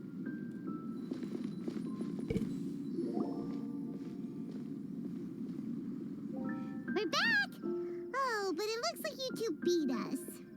Welcome back. Did everything go well? Yep, we managed to find and talk to everybody. We got back a little early, so we took some time just now to put the mailbox together. Ooh, you guys actually did. We got really lucky today. The vendors were feeling super generous, so we didn't even need to pay for the materials. It's just a shame that Kale got a splinter. Oh. Don't worry about me. I'm used to working in the rainforest. I get splinters all the time. I've already taken care of it. We've already wrapped up everything on our to-do list for today. So, all we need to do now is wait for everyone's letters to arrive. Traveler, Paimon, why don't you get some rest while I keep an eye on the mailbox? Alright. You're definitely your master's student, Sucrose. As long as you or Albedo are around, Paimon can relax and know that everything's taken care of. Yeah. Stop. You're embarrassing me. Wait. Actually, there's one thing that still needs taking care of. Paimon's starving. Hey, Traveler, you want to get dinner? Your treat. Really? You're hungry at the time? Well, it's dinner time. Alright, I guess I'll better go get Paimon some food. I'll go with Sucrose to return the leftover materials to the vendors. You two, go get a proper meal. We can't have anyone going hungry.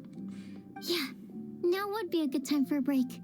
Once everything is ready, let's meet up here again and collate all the information we've gathered. Who is this? Who is this girl? Sounds like a plan. You must be from Fontaine Clothes. She has that Fontaine clothes.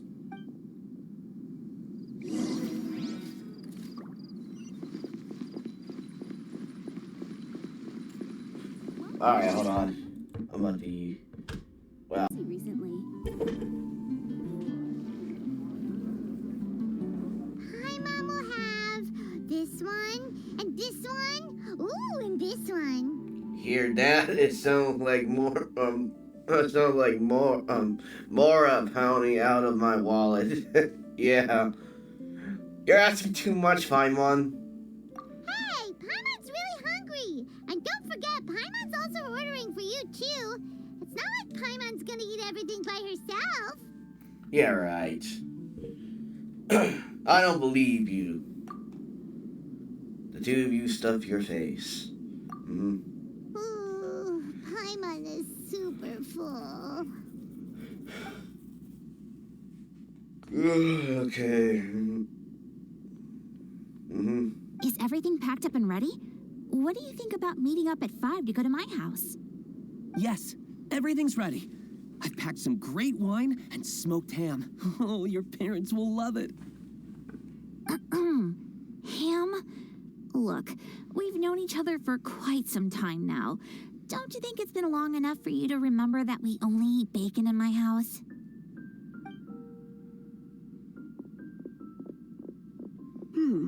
I must remember to get some milk today on my way home. Please, feel free to pay a visit to Cat's Tail anytime. Oh, looks like everyone's busy. Enjoying the scenery? Hey, Venti. Oh, Tone Deaf Bard. Are you here for some food as well? Should we order something for you? Oh, I can put something on your tab? Well, that's a pity. I already had a few drinks before coming here. I shall take you up on your kind offer another day. There should be no shortage of opportunities in the future.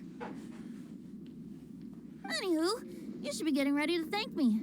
I come bearing good news. Well, what you got? What kind of good news? Behold!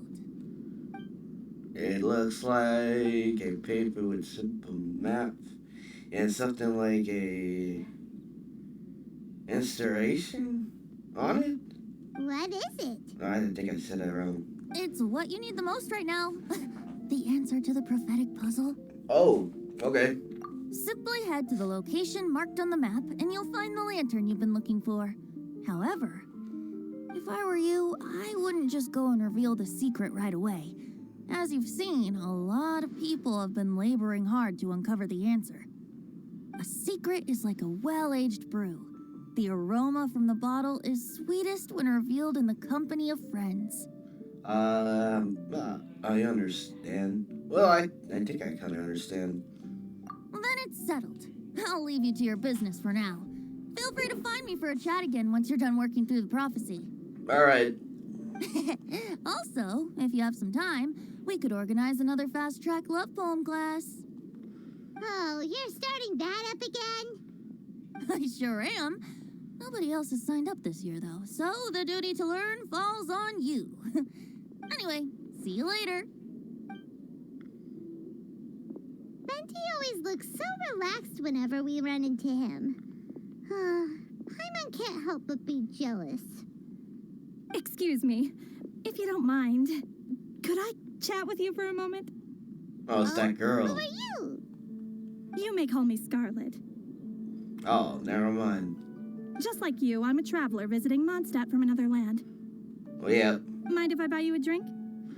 Yeah, he's probably from that, what's that place called again? I thought she was some, Fonton. No, I'm saying that wrong. From that, that place we're supposed to go next. But I guess never mind. Something where she's from, like, wherever her child's at. Leaving the door open for another time, I see. I can tell that you've dealt with a lot of people during your travels. You can tell? Well, we are very experienced adventurers after all.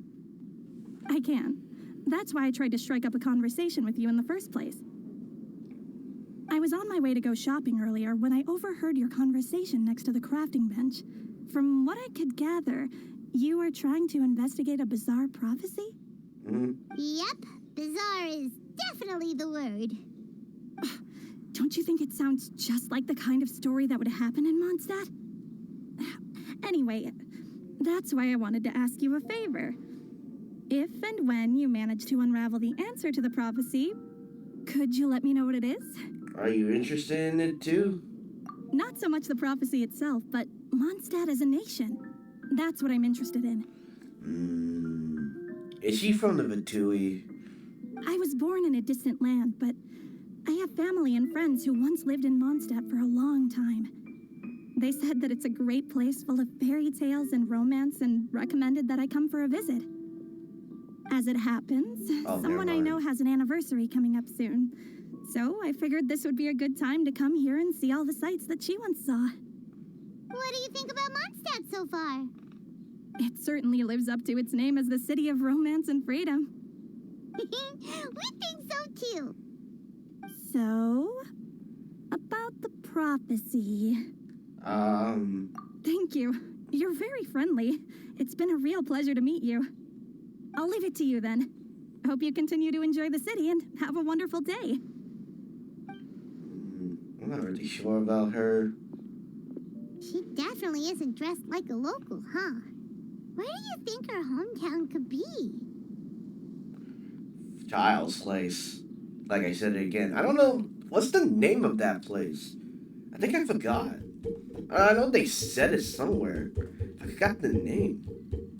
Please find me a flower that is not of this world, and a guide who will never get lost. Find me one who would never lie, as well as a legend that never ends. Oh, is that Rosa? I never thought I'd have someone secretly following me, even in a free city like Mondstadt. Good day to you, miss.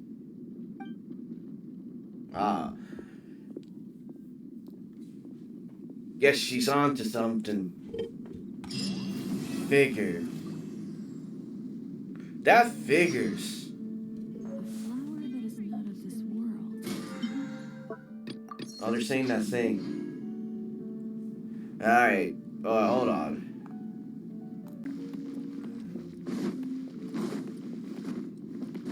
It's time! It's time! Let's go meet Sucrose and Kale at the crafting bench! Alright, they're right here. Hey, where's the stuff? Hey, we're here! Where's the box? Traveler, Paimon, great timing. We got a lot of letters in the mailbox, and I just finished sorting them into 4 groups. Ooh. Nice work! Well, the real work hasn't even started yet. Which batch of letters should we read through first? Alright, the dirt one.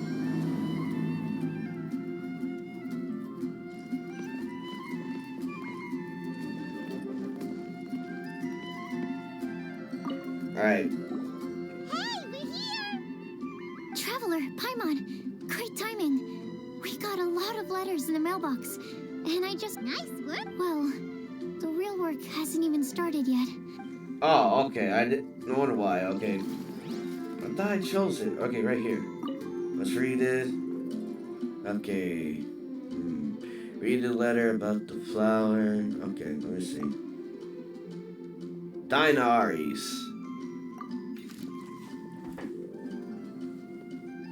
I'm not gonna read it, but.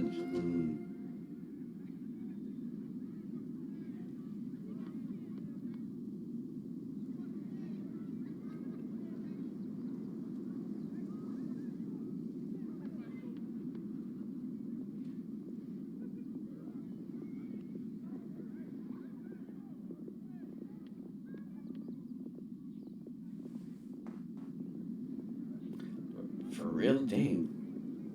There's more to this.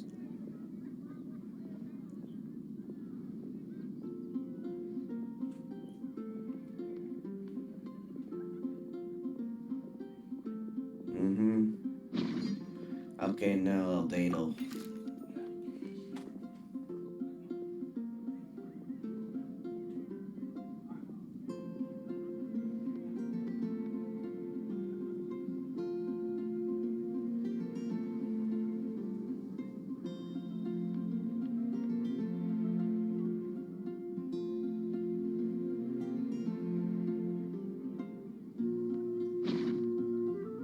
Alright, then Sugos.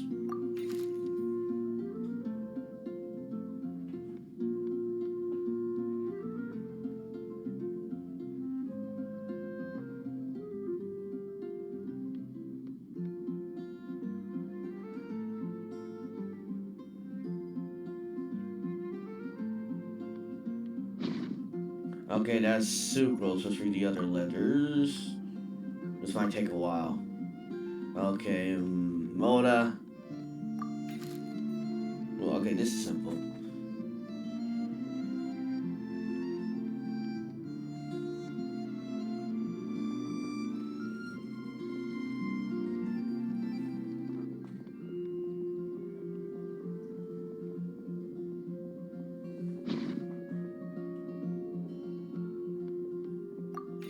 I invented this time.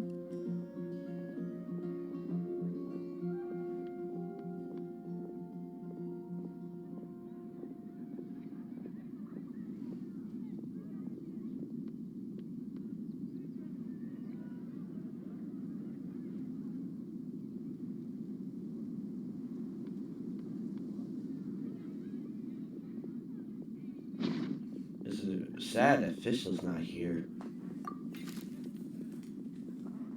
Alright, there's more, okay.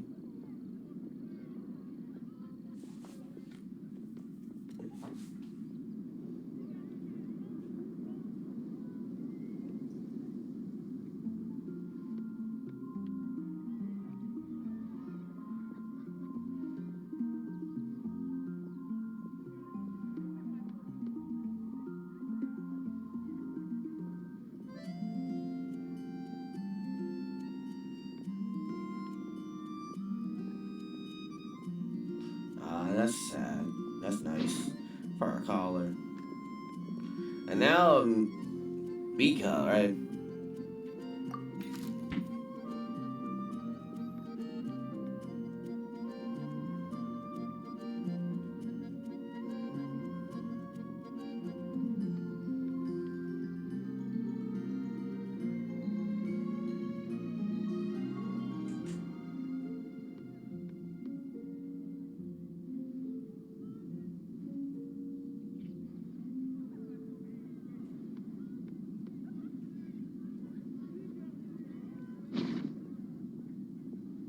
Alright, that's it for this one. This one right here. Okay, Sino. What he got. What he got.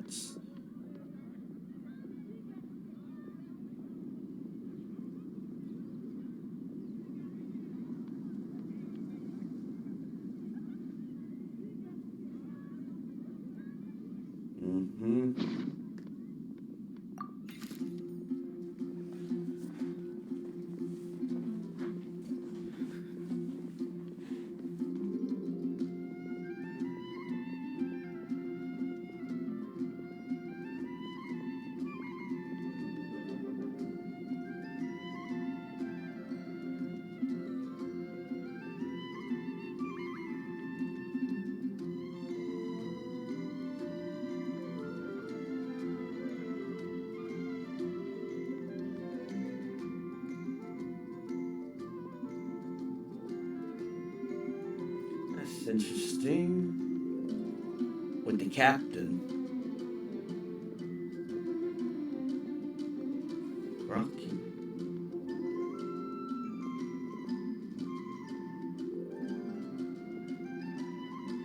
Okay, from Rosa.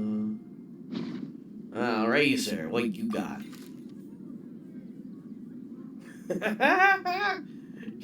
Can't believe he had that to write a letter to Liz, okay.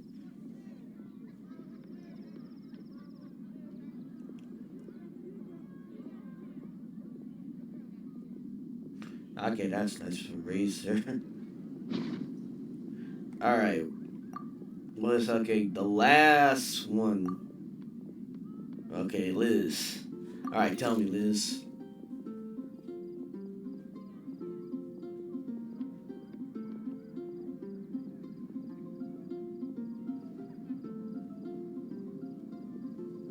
Best of luck, cuties. Okay, Liz. Now, Cleve.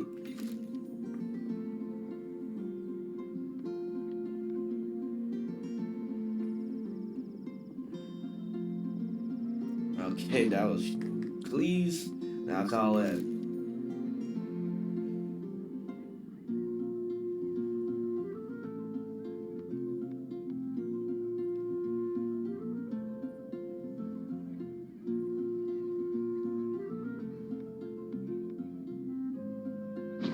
Alright, I think that's it of reading. Oh shoot, that long?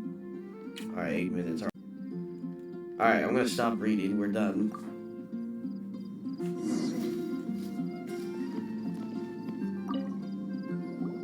Let me quickly summarize what we found out about a flower that is not of this world.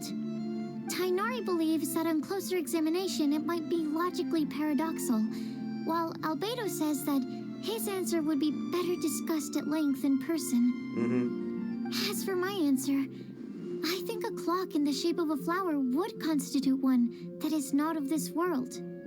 Here's what we've gathered regarding a guide who will never get lost. Mona said that she'd like to join us in uncovering the secret behind the prophecy, while Bennett suggests Fischl, Mona, or the Traveler as potential candidates. Mika didn't submit much, but he did draw a vegetation map for Master Tainari and wrote up a dragon spotting calendar for Sino. Amber also wrote in. She said that she sees herself as nobody's guide, but everybody's friend. As for one who would never lie, Rosaria removed herself from consideration. But both Razor and Sino were willing to support us in our search. Timaeus seems to have forgotten to write to us. Oh yeah, I haven't seen that. Finally, this is what we've gathered on a legend that never ends. Klee said that her mom has a number of friends who like to write storybooks. Lisa believes that legends live forever in people's hearts. I think that for a legend to be never-ending, It has to be filled with hopes and dreams, and actively passed from one person to the next. So, what are the answers to the 4 riddles then? You're really smart, Paimon. I bet you can figure it all out in no time. Not really. Or, let's all share our thoughts on what we think the answers might be.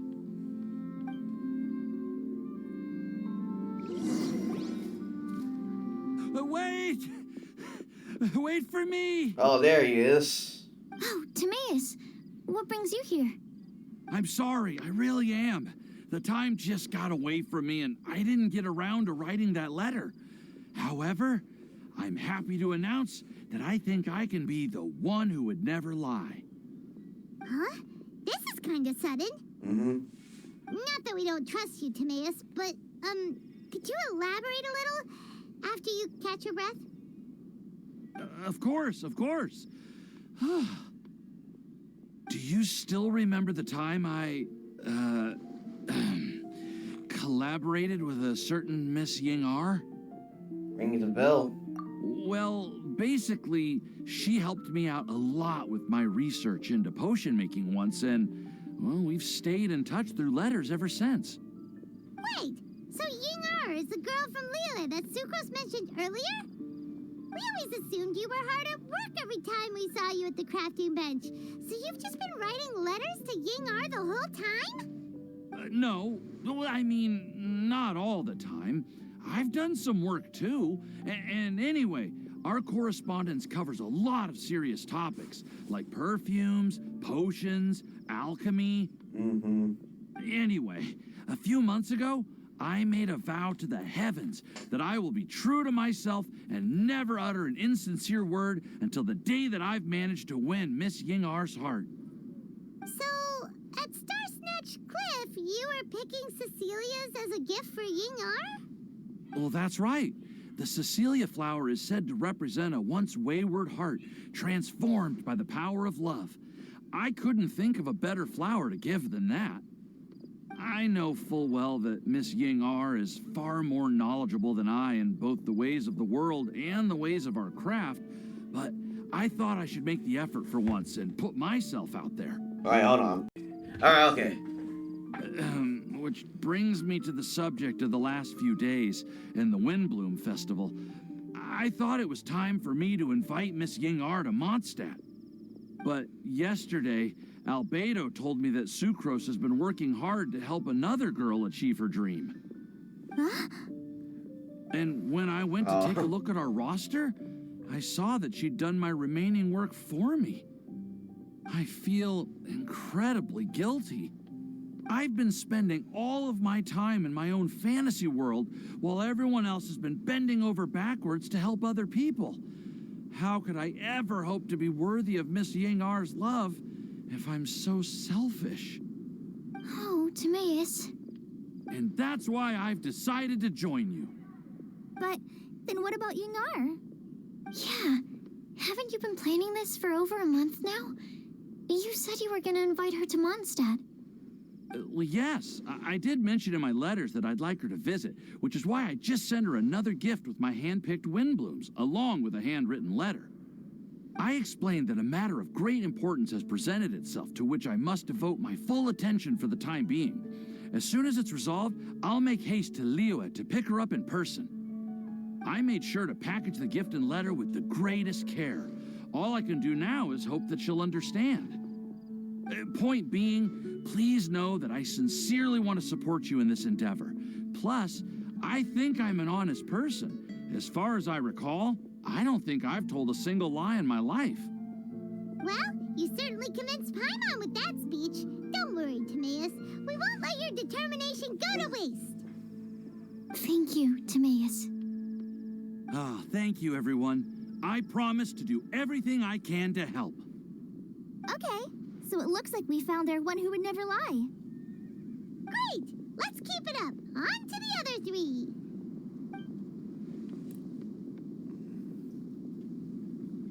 Okay, Paimon will do the honors. Ahem. Are these the people we we have with choose? us here the flower, the guide, the legend, and Timaeus. Huh? Why did you only say Timaeus' name? You should say my name, too. No, All right. We also have Clee. That's me! With Clee here, this all somehow feels like we're getting ready for a field trip. Yeah. There's nothing wrong with a more relaxed atmosphere, is there? Baby, have you figured out your own answer? Of course.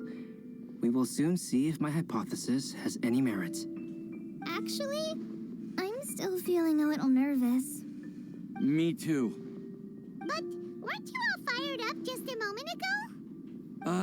Yeah, you're right. Okay, let's do this.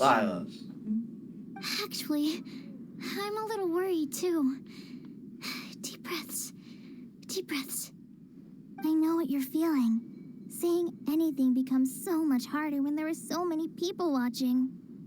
Well, does anyone know the exact location of where we're headed, or should I do a reading on my scry glass? Don't worry, we know. According to the prophecy, once we figured out the answer, we should test it at the Lantern of Utmost Joy. Wait, but where is this lantern? Don't worry, we figure it out. We know something about that. I already found out where it is. What? Yep.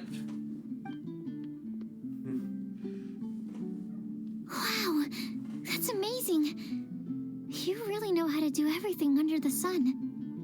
Then we'll let you lead the way. Follow me. This is it. We're off to find the sacred location of the Lantern of Utmost Joy.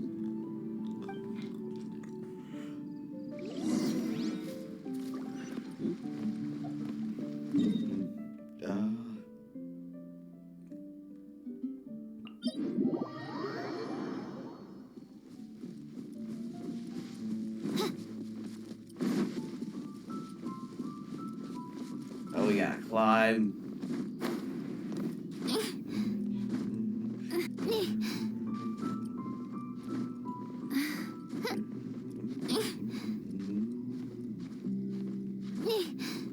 Oh, hopefully I don't die. According to the map, it should be somewhere around here. Let me take a look. Oh, it should be right up ahead. Right here.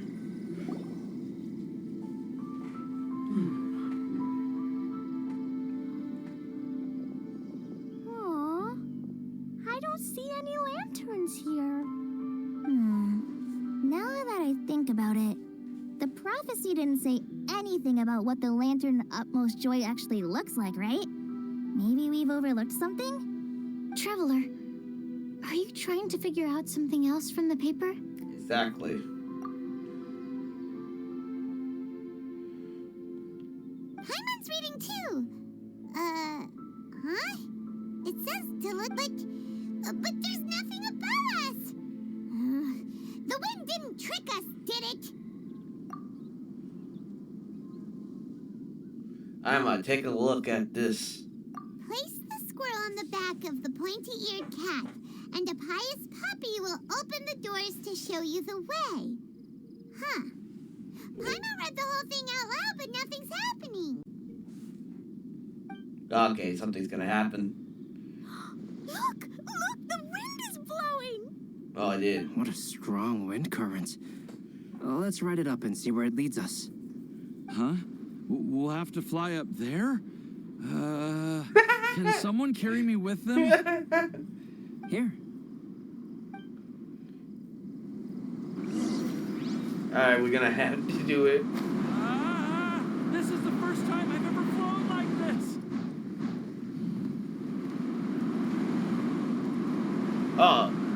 Oh, what is this? What is this? Wait, what? What is this?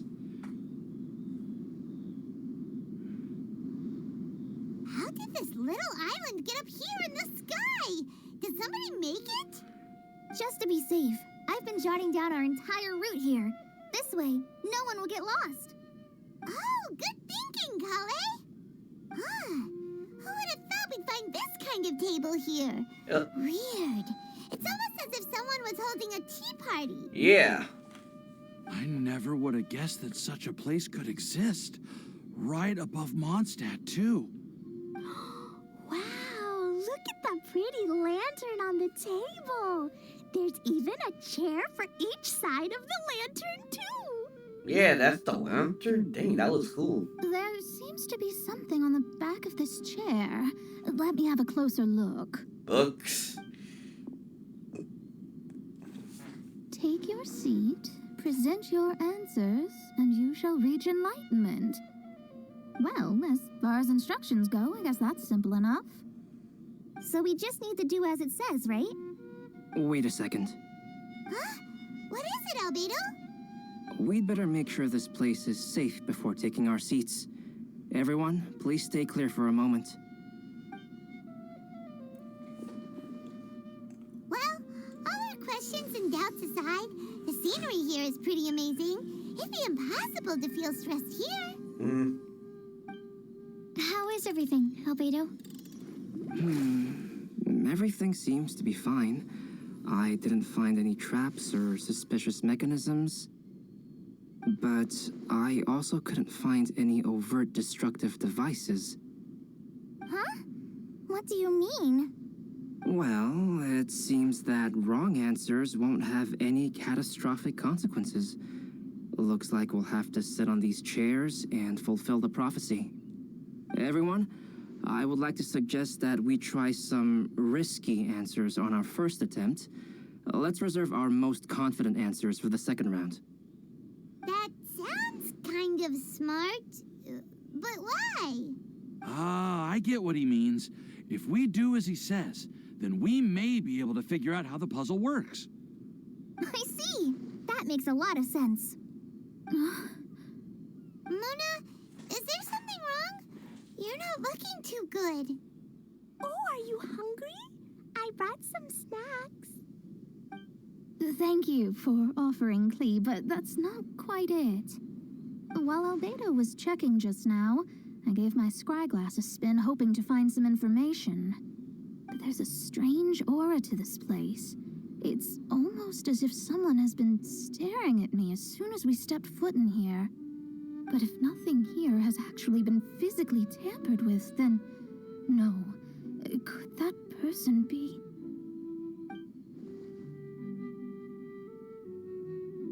What do you mean, Mona?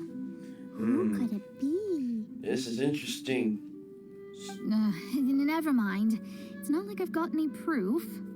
Don't leave us on the edge like this, Mona. Yeah. I'll just do what Albedo said. Yes, let's test the hypothesis together, Klee. Come on, join us, Mona. Oh, all right. Okay, then I'll answer the first question. If someone were to ask me to find a flower that is not of this world... You can do it, Sucrose.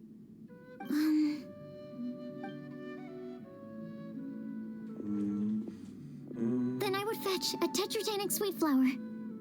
All right, I'm up next. My part of the prophecy is to find a guide who will never get lost. Kale, I hope you found your answer. My answer is that I will be that guide. For a long time, I have been guided by others. It's taken me a while, but I finally made it to where I am today. Although I still haven't made a name for myself, and I'm still quite immature, I would still like to put my name forward, because I would like to become a guide that can help others. I want to help others the same way Amber, Master Tighnari, Cyno, and everyone else helped me. Now it's my turn to pass on the gift that I've been given. Okay, you got it.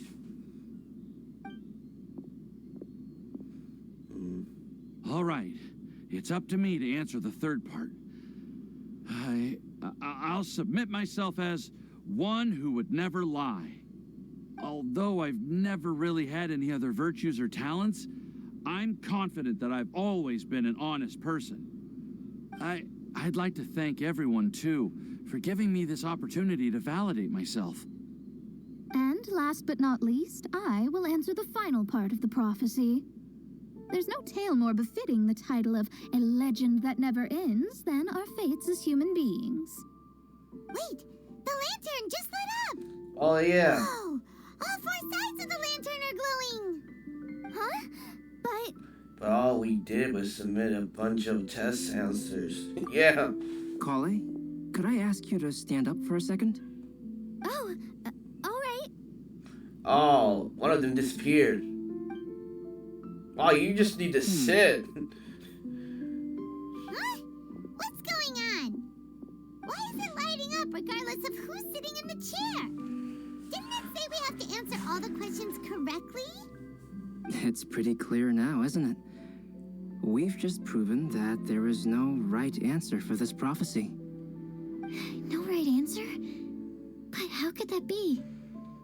Although the instructions had come from an old and enigmatic prophecy, it is in fact nothing like the ancient mechanism that we had all imagined it to be. I believe the lantern only serves as a simple signal. A signal? Oh, that girl. And to think, I never expected you to actually find this place. Knew it. What? There's someone else here? We meet again, traveler. Yeah, I knew you were up. I knew it. You weren't not up to good.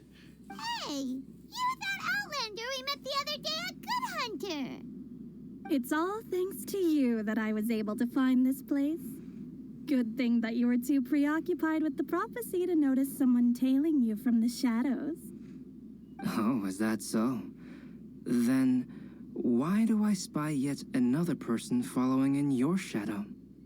Wait, really? Yeah. There's no need for pleasantries. You should know I'm here for you. Is it just because I'm a visitor from abroad? I was there when you snuck your way into Marjorie's place. Huh. So you had your eyes on me even then, huh? That was 2 whole weeks ago, you know. It's hard not to notice you when I'm on duty every day. All right. In that case, I'll admit it. I was the person who slipped this prophecy into the storybook. What? Huh? But why?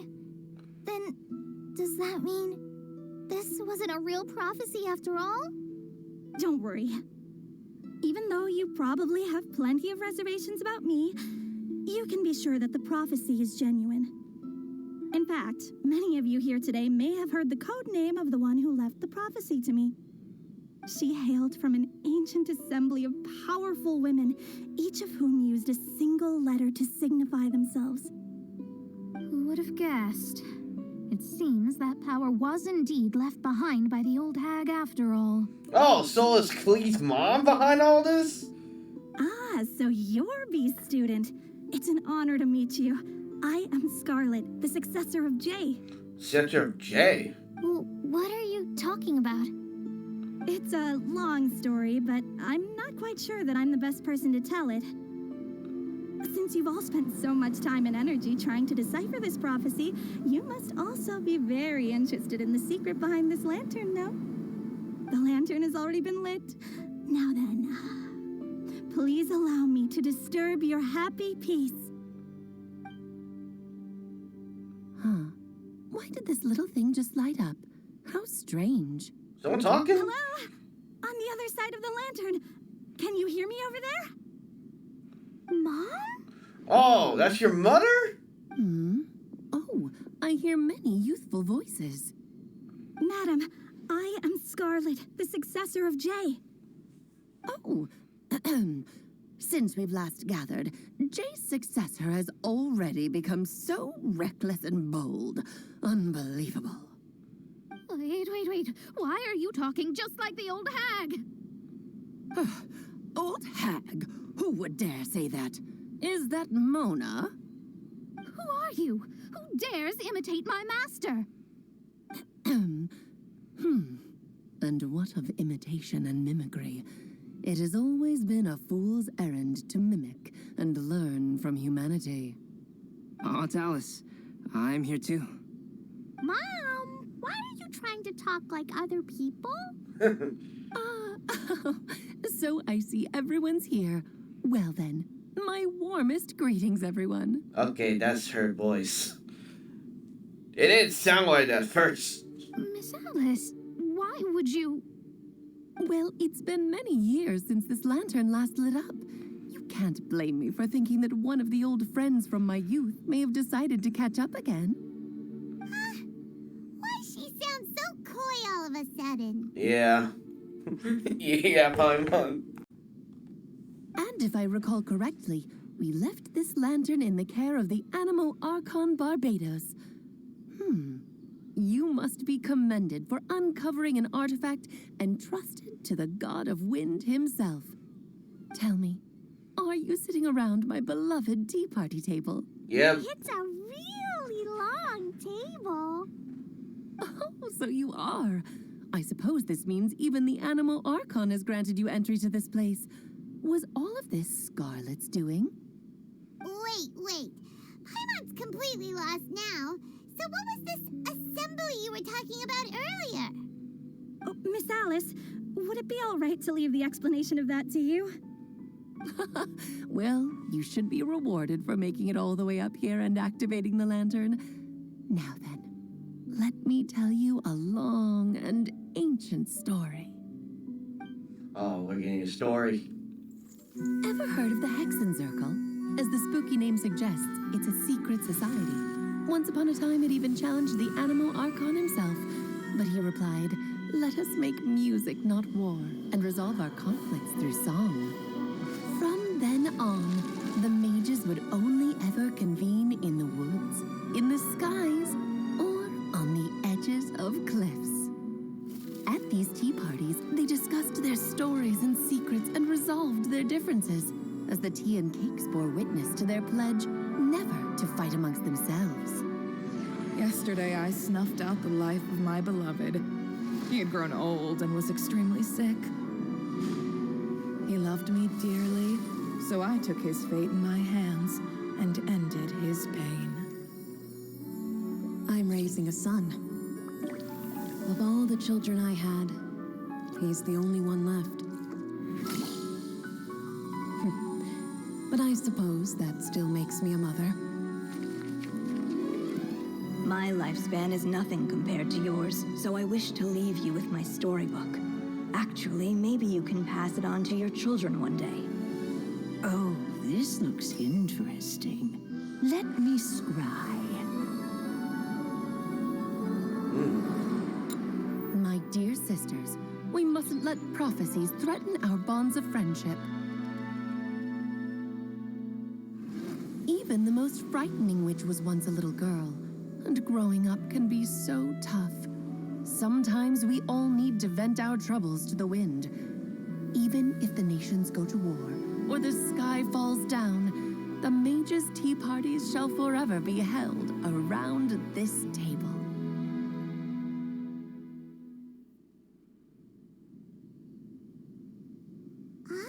So this is where the legendary mages held their meetings. That's right. We often met here to chat and have tea. Then what about the part saying that if we light the lantern of utmost joy, we'd receive a supreme blessing? About that. I never expected anyone other than Jay to actually read the full contents of that prophecy. It's a little embarrassing. The truth is, that prophecy was actually just a letter that we sent to Jay as a group the day before her wedding. So it was indeed written by all of you. I must thank you for resisting the urge to immediately reveal the truth to everybody, Albedo. Knowing you, you probably figured out everything the moment you laid eyes on the message. No, it took me a little longer than that. A flower that is not of this world, a guide who will never get lost, one who would never lie, and a legend that never ends. These 4 descriptions signify 4 individual mages. When a member of the organization had to leave the group to spend the rest of her days with her beloved, the other mages would write down this prophecy and send it to her to invite her for a final get-together. A flower that is not of this world signifies, of course, flowers that do not naturally exist in this world. This is the signature of our full name, Rhindaughter, also known as Gold. If there's anyone in this world who could create a flower species that does not yet exist, it would be her. The guide who will never get lost is N, otherwise known as Nicole. You may not have encountered her yet, but she is a truly extraordinary woman who has made this world's direction and order her subject of study. Some of you may be fortunate enough to have already heard her voice. Like a prophetess, she will only speak to guide people toward the truth when a change has occurred in the world. Wasn't that girl then before for the Sumerian? When we were doing with Skull and Mouse at the time. The Balandir, to say it, when he lost his memory and stuff. Was that her at the end? She has a tendency to suddenly speak in someone's mind without any warning. Yeah, that's definitely her. Yeah. If one day you would be unfortunate enough to run into a truly dangerous situation, she may use her voice to guide the way forward for you. That makes a lot of sense. This is interesting. I didn't think we'd get that. I thought it would be some kind of god this time. Who would have guessed that there are so many mysterious women in this world and that they would all know each other? The one who would never lie is me. I hope no one would take offense. It's just that I, Alice, or A for short, have always had a soft spot for those with sincerity and candor. As for a legend that never ends, you may not know M in person, but you've likely encountered one of her works. Have any of you ever read The Boar Princess? The Boar Princess? Huh? I'm pretty sure every child in Mondstadt has read that book. It's also one of my favorite stories. M was an exceptional human writer who used her prose to teach me the meaning of grief. Don't you think such a person would deserve a seat at the mage's table? Paimon's getting more and more lost. Yeah. It may sound hard to believe, but I can attest to everything that Alice has said. Jay was also a mortal who aged and passed on, leaving her title to her students and followers. Alice, you've never acknowledged any of Jay's successors. It's now been centuries since the first of us took on her mantle. Do you also want to become a mage? Title aside, I think I'm more interested in the meaning and purpose of the Hexen Circle. I used to think that the Hexen Circle was a group of women who could control the very fate of this world. But now, I've seen for myself that besides Jay, many other ordinary people were also among you. Do you think less of us now? No, not at all. My interest has been piqued, and I'm now even more drawn towards the idea of becoming a mage. You're right. I've never acknowledged any of Jay's successors, but you are different. You are much more fascinating than any of your predecessors. Oh, has someone finally piqued Aunt Alice's interest? Now is not a good time, Scarlet, but as soon as I am able, I will seek you out for a meeting. I want you to tell me all about Jay's married life back in her hometown. So the mage who received the prophecy letter from all of you was Jay? She left the Hexen Circle after getting married? Precisely.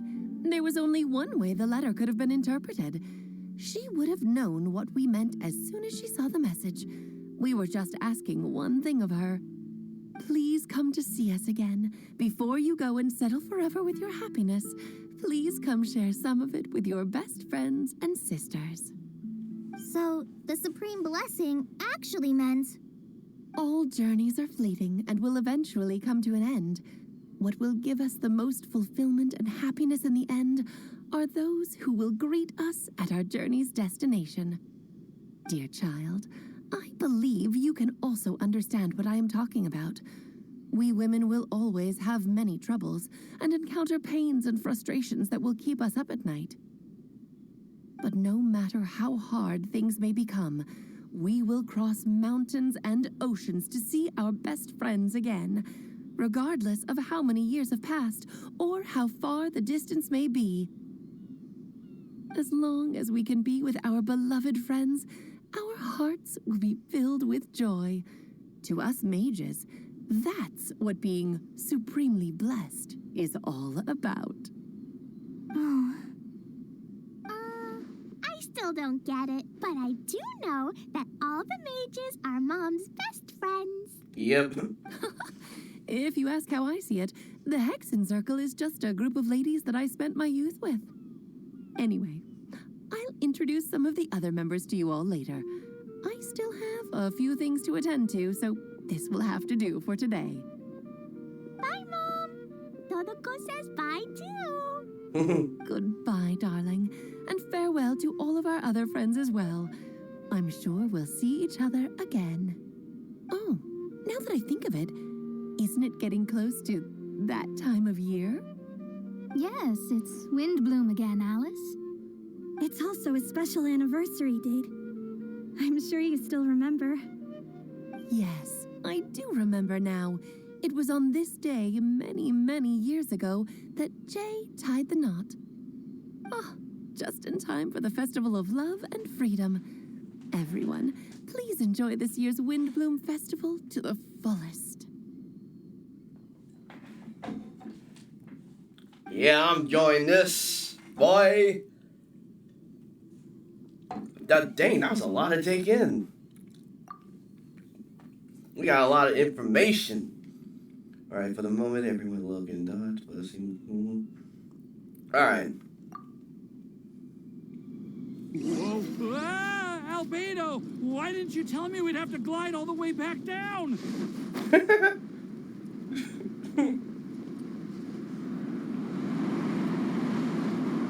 I'm going up. Alright, we gotta go all the way over there? Ah, we don't need to do all this shit.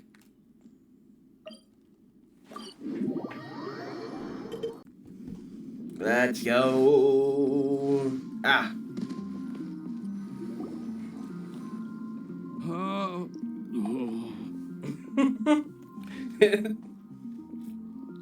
Are you okay, Timaeus? Maybe you'd feel better if you just, let it out. I'm fine. I'm just a little glider sick, that's all. You may want to look into getting your own gliding license when you have the time. It might prove helpful to you. Okay. Sure thing. Ah, shit. It sounds like you've still got something on your minds. Why don't you tell us? We're all happy to listen. It's nothing, really. It's just... Well, Alice's story was really interesting and romantic. I won't argue about that.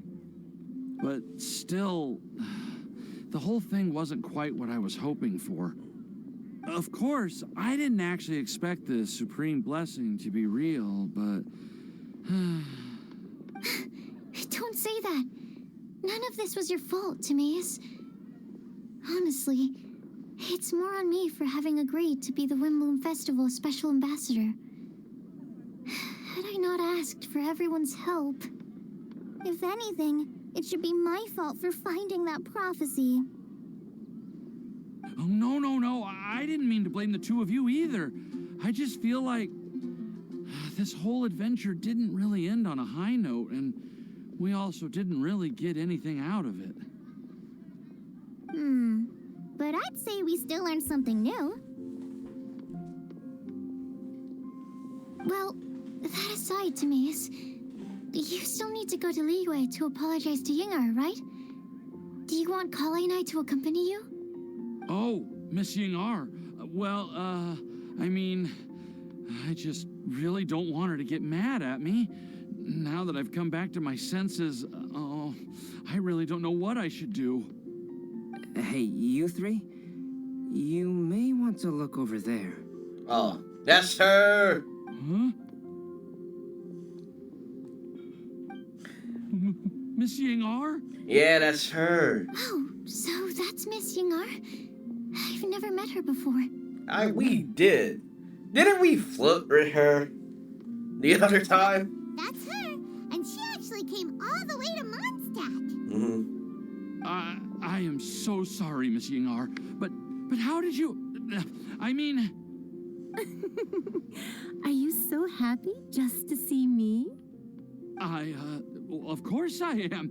I'm so happy that, I don't, sorry, I don't know what to say. I was ready to give you a harsh scolding, but now that I've seen you like this, I suppose I could let you off the hook this time.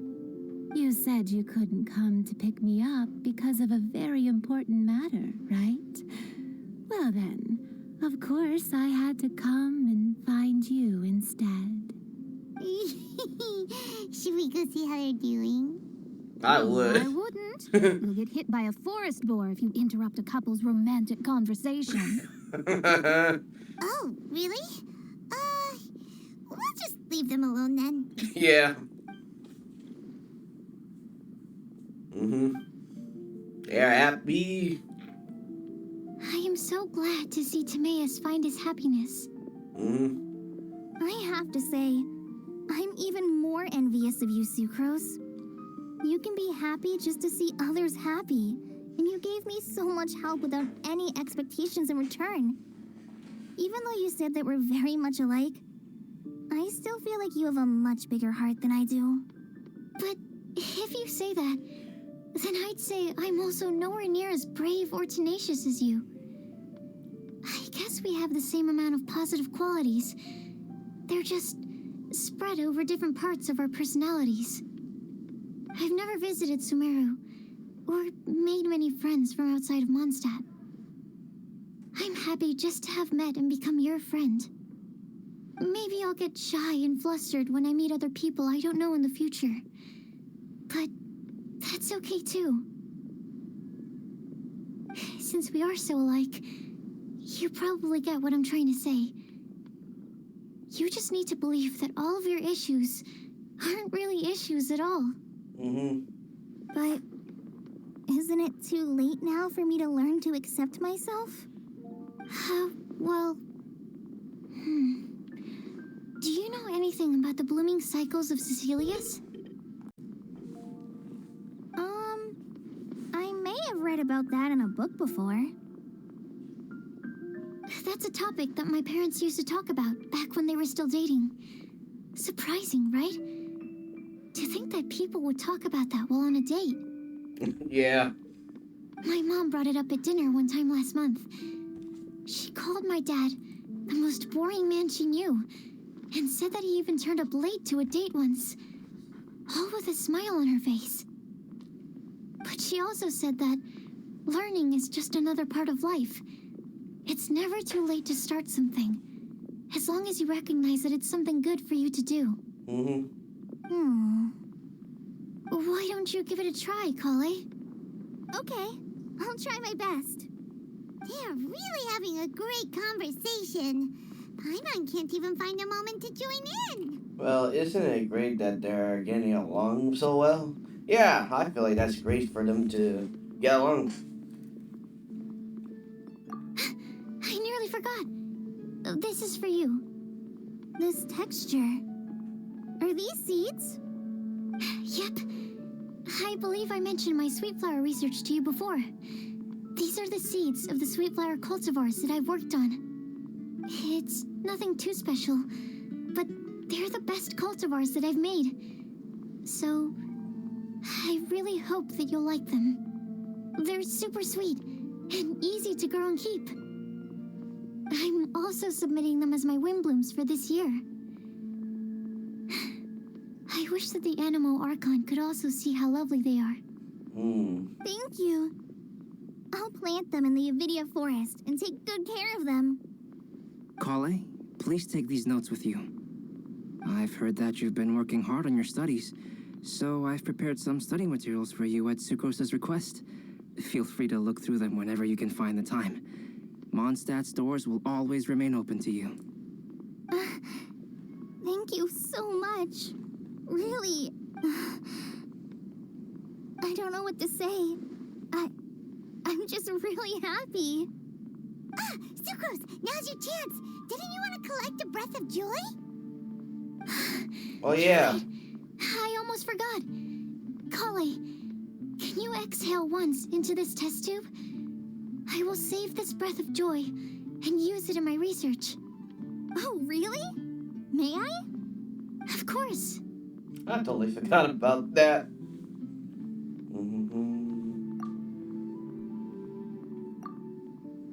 Huh? What was that? It was like a little cloud of happiness, and now it flew away. Whoa. That looks interesting. Well, luckily, there's still some breath left in the test tube. I'll seal it up for now. I'll keep working on it and let you know as soon as I have any breakthroughs in my research. Yeah, you can write to me. I'll be sure to respond as soon as I receive your letter. Oh, it looks like you found a new pen pal. Master Tainari! Sino! If your friendship was forged in a test tube, does that make you test friends forever? That's it. Think you've ruined Sumeru's reputation in Mondstadt beyond all hope of repair. All that matters is that I've enjoyed Mondstadt immensely. The dragon here possesses a majestic form. Oh, that reminds me. Traveler, this card back is for you. Wait, for me? Didn't you make one for Sino? Sino wanted you to have one for yourself. If I had to guess, I'd say he probably wants you to use it if you challenge him to a duel. Oh, I'm gonna lose. I'm a master of the game. Do you dare challenge me? Oh, I'm gonna lose. Can you believe this guy? Huh. Let's knock him off his high horse. Is it time to duel? Oh, hell no. I'm gonna lose. Wait! I've got something to give you, too. Huh? Kale has a gift for us? Yeah, I figured I should follow local Mondstadt customs and prepared a few small things themed after the Windblume festival. Oh, that's nice. A flower. A Sumeru flower. I made these bookmarks from Sumeru roses at the hotel. I want to give them to Amber, Master Tainari, and Sino. During Windblume, Mondstadters offer flowers to the people most important to them. You three are family to me. But Tainari said that we're not anything like an academic family. He wouldn't write joint papers with us. Well, in this case, we can consider ourselves as regular siblings. And that should be just fine. I agree. Oh, and here are some Padisara seeds as well. These are for the Traveler, Paimon, and everyone else from Mondstadt. Whoa, are these really for us? Thank you, we appreciate it. Yeah. So, are these your chosen Windblooms? One of them. Both Padisauras and Sumeru roses are my Windblooms. Although they're not native to Mondstadt, they are the flowers that can best express my feelings. I want to give them to the people I feel thankful for.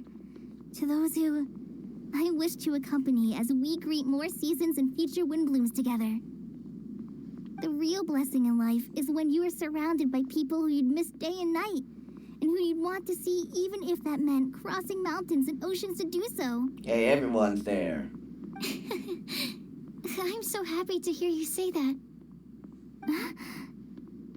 Sucrose, do you see that cloud over there? Huh?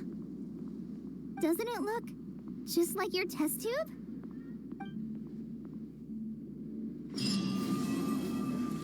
Ah, that is the end. That was really complicated, dang. We got some, like, new information from all that. That was actually fun. Oh, I want to hear them talk.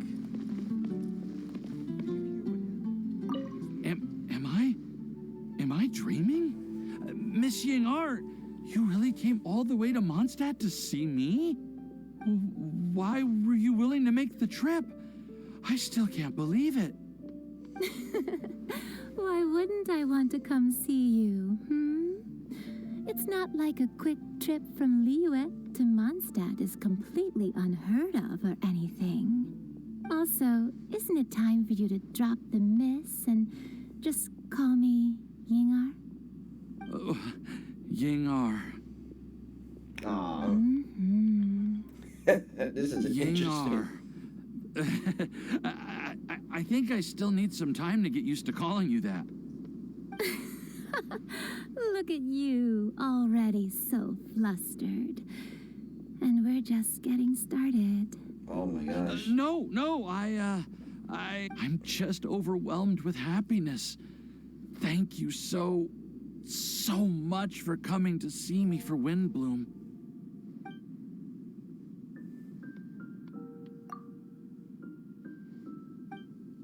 Oh, never mind.